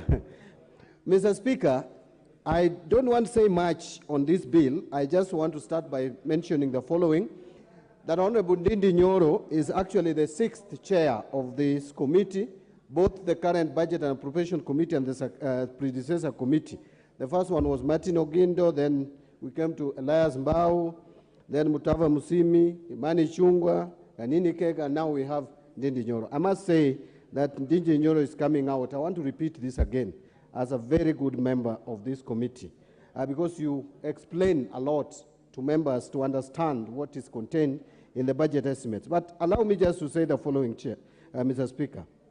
First, Public Accounts Committee has a responsibility, yes, and as the chair of that committee, I give my guarantee to this House that by mid-July, which is next month, you will receive the first report from our committee of 2020-2021, and we intend to complete 2021-2022 by October this year, so that from next year, February, we'll be dealing with those accounts which were presided over by the current principal secretaries. Therefore, that will enhance accountability. Mr. Speaker, I agree with the chair that certain expenditures under recurrent are actually capital in nature, and that education is one of them. Actually, I've been saying before that education we should consider looking at it as a capital expenditure, because there is nothing as important investment. There is no investment as important as investing in education. But Mr. Speaker, I want the chair of the Budget Committee to be looking at the luxury lines all the time when we are doing the budgets. And the luxury lines are basically 4. That is the domestic travels, foreign travels, hospitality, and then fuel and maintenance lines of our budgets. This is where we have a lot of wastages. But I also want to appeal to this House and the country at large that we need also to consider what is happening in the counties. There is overemployment in the counties. You find a new governor coming into place and hiring drivers, and the drivers who were used by the previous regime are earning a salary without vehicles to drive. Really, the role of a driver is to drive a vehicle. So if you have put a driver to earn a salary without a vehicle assigned to that driver, honestly, this is serious wastage. I don't know whether it is what kind of fear that they have, that they end up now fearing the drivers of the previous. I wonder whether the drivers would want to kill them and in the process also kill themselves. But Mr. Speaker, as I conclude, the problem again in this country, and you see, we need to employ prudent, efficient, and effective utilization or application of our resources to realize economy in the use of resources. I am disturbed, Mr. Speaker, with 2 things. Emerging cases of corruption. When we were campaigning in the last election, both sides were in agreement on one thing, that this country is at a difficult period in the history of this country, in terms of debt repayment, in terms of generally managing to pay for government services. That we were in agreement. And we agreed that we need to do something on wastages. That was also agreed. Probably where we disagreed is how to actualize the same.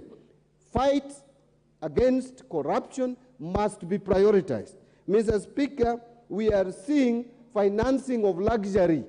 That is what is bringing this country down. We are financing luxury and bloated government. There is no need to enlarge the size of this government any further. We have too much government in place, both at the national level and at the county level. Kenyans are overrepresented. Kenyans feel overburdened by government, a very heavy government weighing on our people and sinking this economy. We need to reduce the size of government, not by retrenching people, but by not creating any additional offices. There are unnecessary wastage of resources and luxury.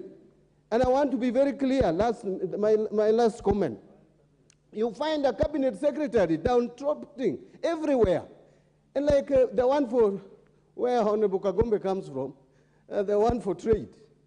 Honestly, I don't even think he represents this country.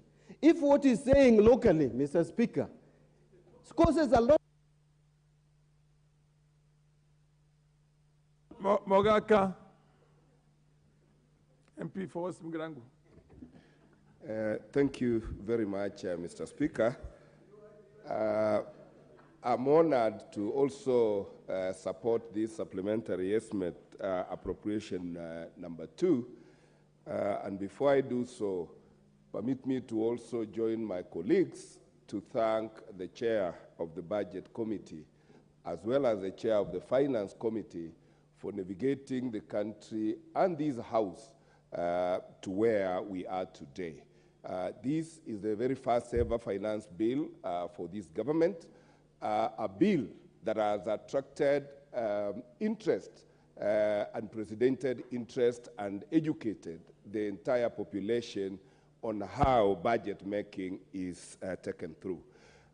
Specifically on the appropriation 2 that we are dealing with, it is important that the government closes the remaining aspects of the previous budget, so that as we go into 1st July, we start on a new slate on the 2023-2024 budget, which is going to be a game changer. It is going to be a game changer right from this House, but it takes this House to make the executive responsible for implementing the projects as budgeted for. I want to ask all members of this House, in our collective oversight role, let us drive and oversight the executive of this country to ensure that Kenyans get value for their budget. I am particularly excited about this budget, and under Article 27 of the Constitution, every Kenyan should be treated equally. And the discomfort that we were having about the 8% VAT was actually very discriminatory, because the users of petroleum products were the only ones paying 8% VAT, when the rest of Kenyans, including mama mbogas who buy kibiriti, are paying 16% VAT. That amendment that we made yesterday equalized all Kenyans, so that under the VAT Act, every Kenyan is treated equally, pays equal VAT, irrespective of what product they are going to purchase. Under this budget, and I encourage our chair, Ndindi Nyoro, to be hands-on in driving and ensuring that our infrastructure, particularly those that are ongoing, are completed. I want to see under this budget that the pending ongoing projects in my constituency, whether it is Nyaisa Secondary School, Nyansabakwa Secondary School, Nyamtentemi Secondary School, Senator Kebaso Secondary School, we want to see completion of these projects so that our constituents can start enjoying value for the taxes that they are going to pay. I want to support this bill and promise Kenyans that I will do my part as a member of parliament to do the oversight and ensure that Kenya very soon joins Singapore and South Korea as one of the most developed countries. I support. Wanyonyi of Kwanza.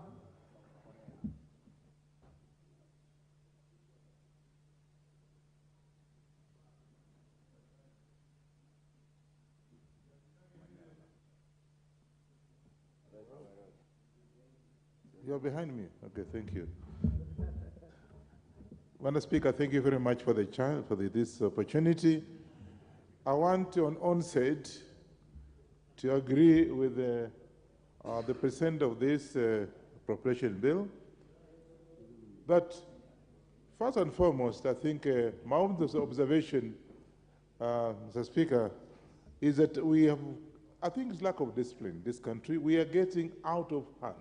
The discipline in this country is not, the way we expect to be. First of all, look at A&A, where you find resources are actually misplaced, misused, because you get whatever you are getting and that resource actually is misplaced. No wonder, and I think that this House has a duty. We are now bringing CSS to come here and answer. So we must now do what we're supposed to do as a representative of these people, of our people, to ask the CSS and what have you to answer to some of these things, because you find that the generation of some of the resources are actually misplaced. And I want to agree with the Honorable Mbadi, the way he talked about people now even employing people are not necessary in some organizations. Two, we must also generate our own income. And the Speaker, I agree with you. I think years back, we had the Koreans actually come in this country to borrow money to do the work there. During, I think those are days of the late Mzee Jomo Kenyatta. And yet today now we find that the debt is actually up to 62% from what I've been told. Why? Because people are not serious with that as they're supposed to be doing. We have, for example, people are not, we have enough resources in this country. The climatic change, of course, is there, but we find that in this country, we are able to produce our own food. Today, and we, through what we have gone through the drought, imagine we importing food from Egypt. We importing food from Egypt, yet if you look at Egypt compared with Kenya, Kenya, for example, Lake Basin, where most of these people are coming from, has almost, there are 8 rivers in Lake Basin, and we can be able to do irrigation. Egypt has only got 1 river, and yet this country, Mr. Speaker, import rice from Egypt compared to what we have here. I worked in Lake Basin, for example, and I can tell you that we have enough resources. Even that Lake Basin alone should be able to afford this country and even be able to export some of the food that are produced in these areas. And you can imagine us importing rice from Egypt, a country that has got only 1 river. And yet here, apart from, of course, Lake Basin, which has got 8 rivers, and I can name them, you know that. We could be able to do irrigation in that area, but we are not able to do that because people have just taken it lightly. So we just have to work as Kenyans. We have enough resources here. We have enough, we have very good climatic change. And therefore, as matter of discipline, Mr. Speaker, we should be able to feed ourselves and be able to export, to be able to do 1 or 2 things for our country. Lastly and not least, imagine us having a debt of 6.5%, and it's because of corruption. Nothing else. So therefore, Mr. Speaker, we actually should do something about this so that we can be able to direct the resources to the right place, not misdirecting the resources. And that's why we are having problems, and that's why we are having debts that actually up to 62% is unbelievable. But that's what you have been told, and therefore I support this appropriation appeal, and I hope that Kenyans at least once, let's get discipline and be able to direct our country, be able to export.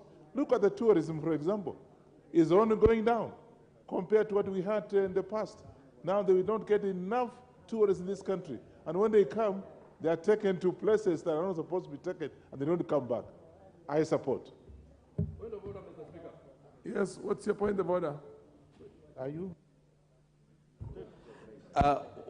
Once again, Mr. Speaker, you know, this week and the past week, we've been discussing the budget and the appropriations and all these things, and we have properly executed a lot of issues on this floor.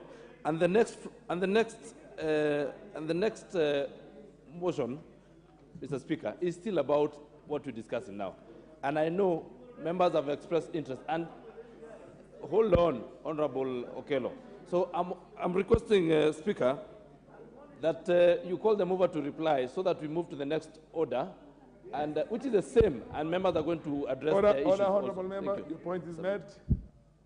I now propose the question that the mover be called upon to reply.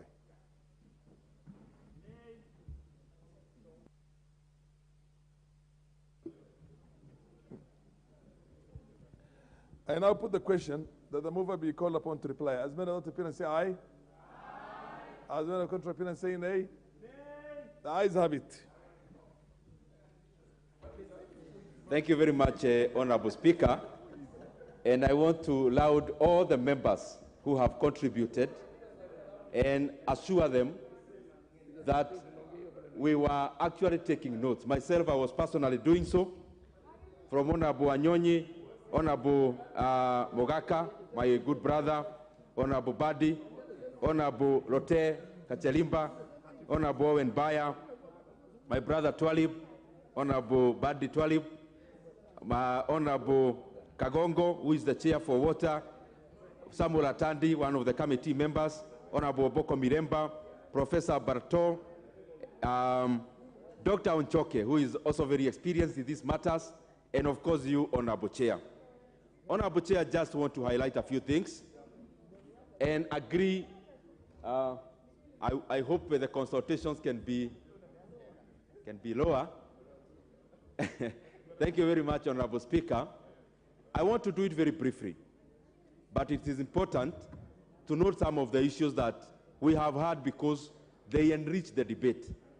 And Honorable Speaker, today we have had a very quality debate on this matter, and especially across the spectrum of the entire economy.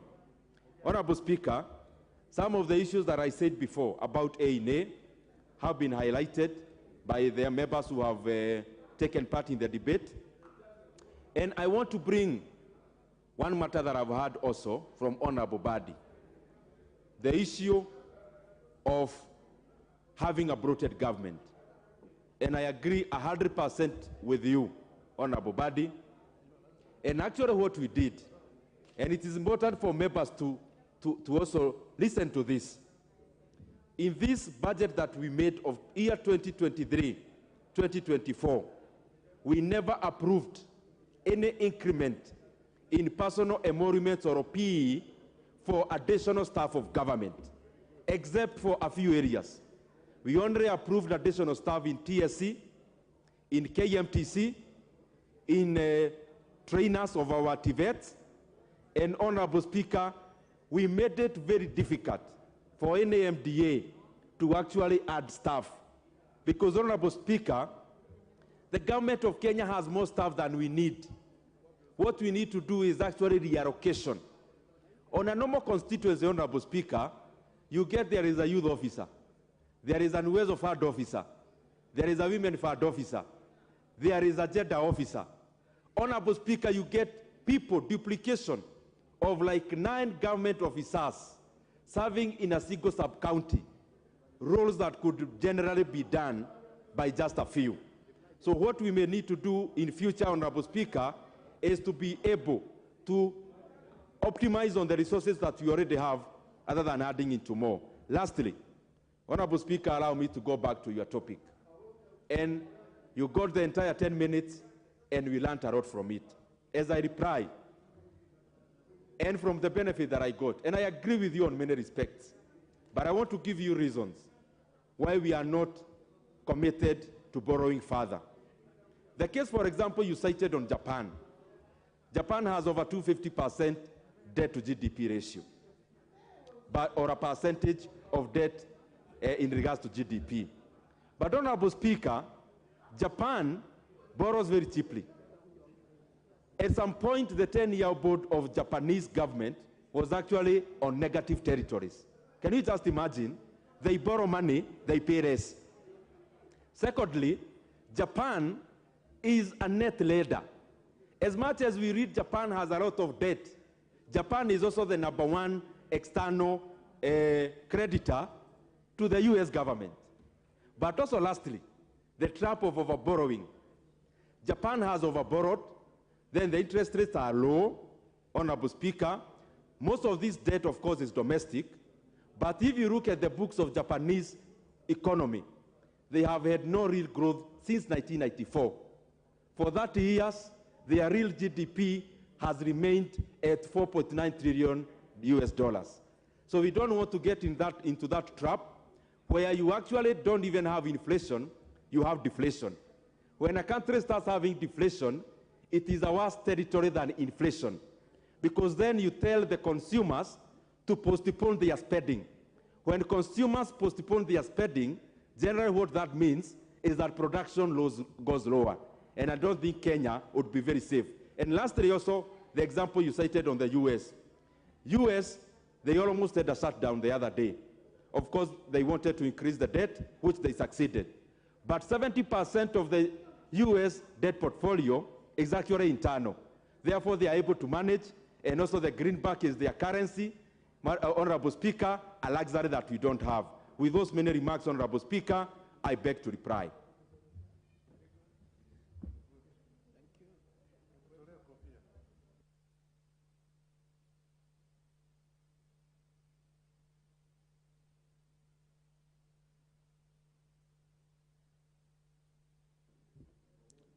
I don't think there's any need to ring the bell.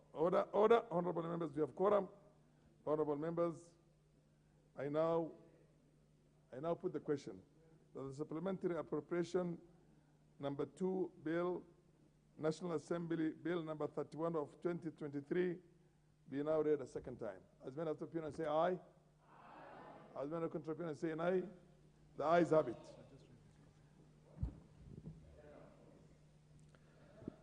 A bill for an act of parliament to authorize the issue of certain sums of money out of the consolidated fund and their application towards the service of the year ending on 30th June 2023, and to appropriate those sums for certain public services and purposes.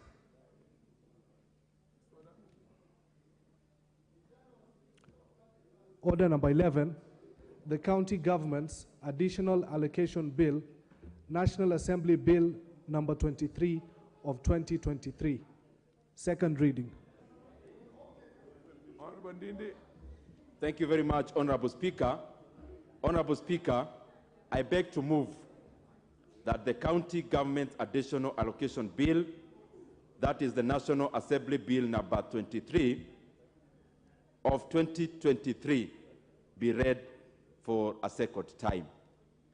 Honorable Speaker, as even the title of the bill suggests, this is the county government's additional. I want to underline that, Honorable Speaker, because I don't wish to take too much time moving this motion so that more time can be spread across other members. Honorable members, the bill we are discussing is a bill on government's additional allocation to the county governments. Additional allocation means these are monies over and above the Kenya shillings 385 billion that you are allocating as equitable share. Why do we give additional allocations to counties, Honorable Speaker? Part of the reason why we give additional monies to counties, they are segmented in various areas. One, they are foreign funded programs, and especially domiciled in agriculture. And I can see the chair for agriculture is here. If you look at that additional allocation bill, Honorable Speaker, you'll find that there are many programs, because Kenya is largely an agricultural economy. There are many programs, either through loans or grants or foreigners, that is foreign funded, that actually goes into counties. These are the monies that have to come to this House, and of course emanating from the Senate, so that we give our final approval. Honorable Speaker, there are other elements. For example, when we had devolution, we realized there were 5 counties, Tharaka-Nithi being one of them, that actually had no headquarters. Honorable Speaker, when there was no headquarter or any structure to call a county headquarter, the national government felt it would not be very proper for us to commit equitable share into building county headquarters. So, for example, in the same bill, there are 5 counties that get money from GOK as grants for building, or as additional revenue for building of county headquarters. And they have been funded for some time. Some of these headquarters are at 90% completion. and we funded them with anticipation that the monies we have allocated will be enough to conclude this particular area. Honorable Speaker, there are other areas in terms of conditional grants, and I am sure the members I can see are already perusing. Number one, our report is the budget committee, but also number two, the bill itself, so that we then realize what are these additional monies that we are giving to our counties. As I come to the close, Honorable Speaker, I am very elated with the kind of partnership that we are seeing between the county governments and the national government. One of the areas that will really benefit the economy of Kenya is the partnership of the national government with the counties, Honorable Speaker, insofar as building aggregation and industrial centers is concerned. Allocating 4.7 billion Kenya shillings, then counties match a shilling per shilling. That will be 9.4 billion Kenya shillings. This money's, Honorable Speaker, will be going into building of aggregation and industrial centers. And again, as I said, Kenya being a largely dominant agricultural economy, this will go a long way, Honorable Speaker, in harnessing prices for our farmers. You know, Honorable Speaker, when farming or agriculture is pegged on weather, when agriculture is pegged on seasons, Honorable Speaker, farmers are not able to optimize the best prices. Because once you have proceeds or a production from tomatoes, for example, you have no luxury of keeping them for you to fetch better prices in future. And therefore, Honorable Speaker, the reason why post-harvest losses accounts for a huge loss for farmers across. Honorable Speaker, when you go to, for example, cereals, farmers lose between 20 to 30% in post-harvest losses. The highest losses, Honorable Speaker, are actually in perishables. They go even up to 50% when you talk about fruits and vegetables, because some of these fruits come in season. And when it is the season, the market gets flooded with oversupply, yet demand remains the same. So, Honorable Speaker, these aggregation centers are coming also to address that, because all of them will have a cold room where farmers can keep their produce, Honorable Speaker, so that we have a flat supply curve, and therefore farmers are able to fetch reasonable prices and optimal prices for their produce. Honorable Speaker, I want to request this House, as we debate this bill, you are free to debate anything about counties. It's not just about the additional revenue. You can debate anything around county governments. You can debate, as Honorable Gigi Kagombe suggested, you can debate anything about the budget, because this is also a budget-making process. So, Honorable Speaker, I thank you, and I request one of the members who have served for very many terms, I think this is the 5th term as a politician, and with a great experience on how county governments operate, because he served in the defunct municipal councils of the previous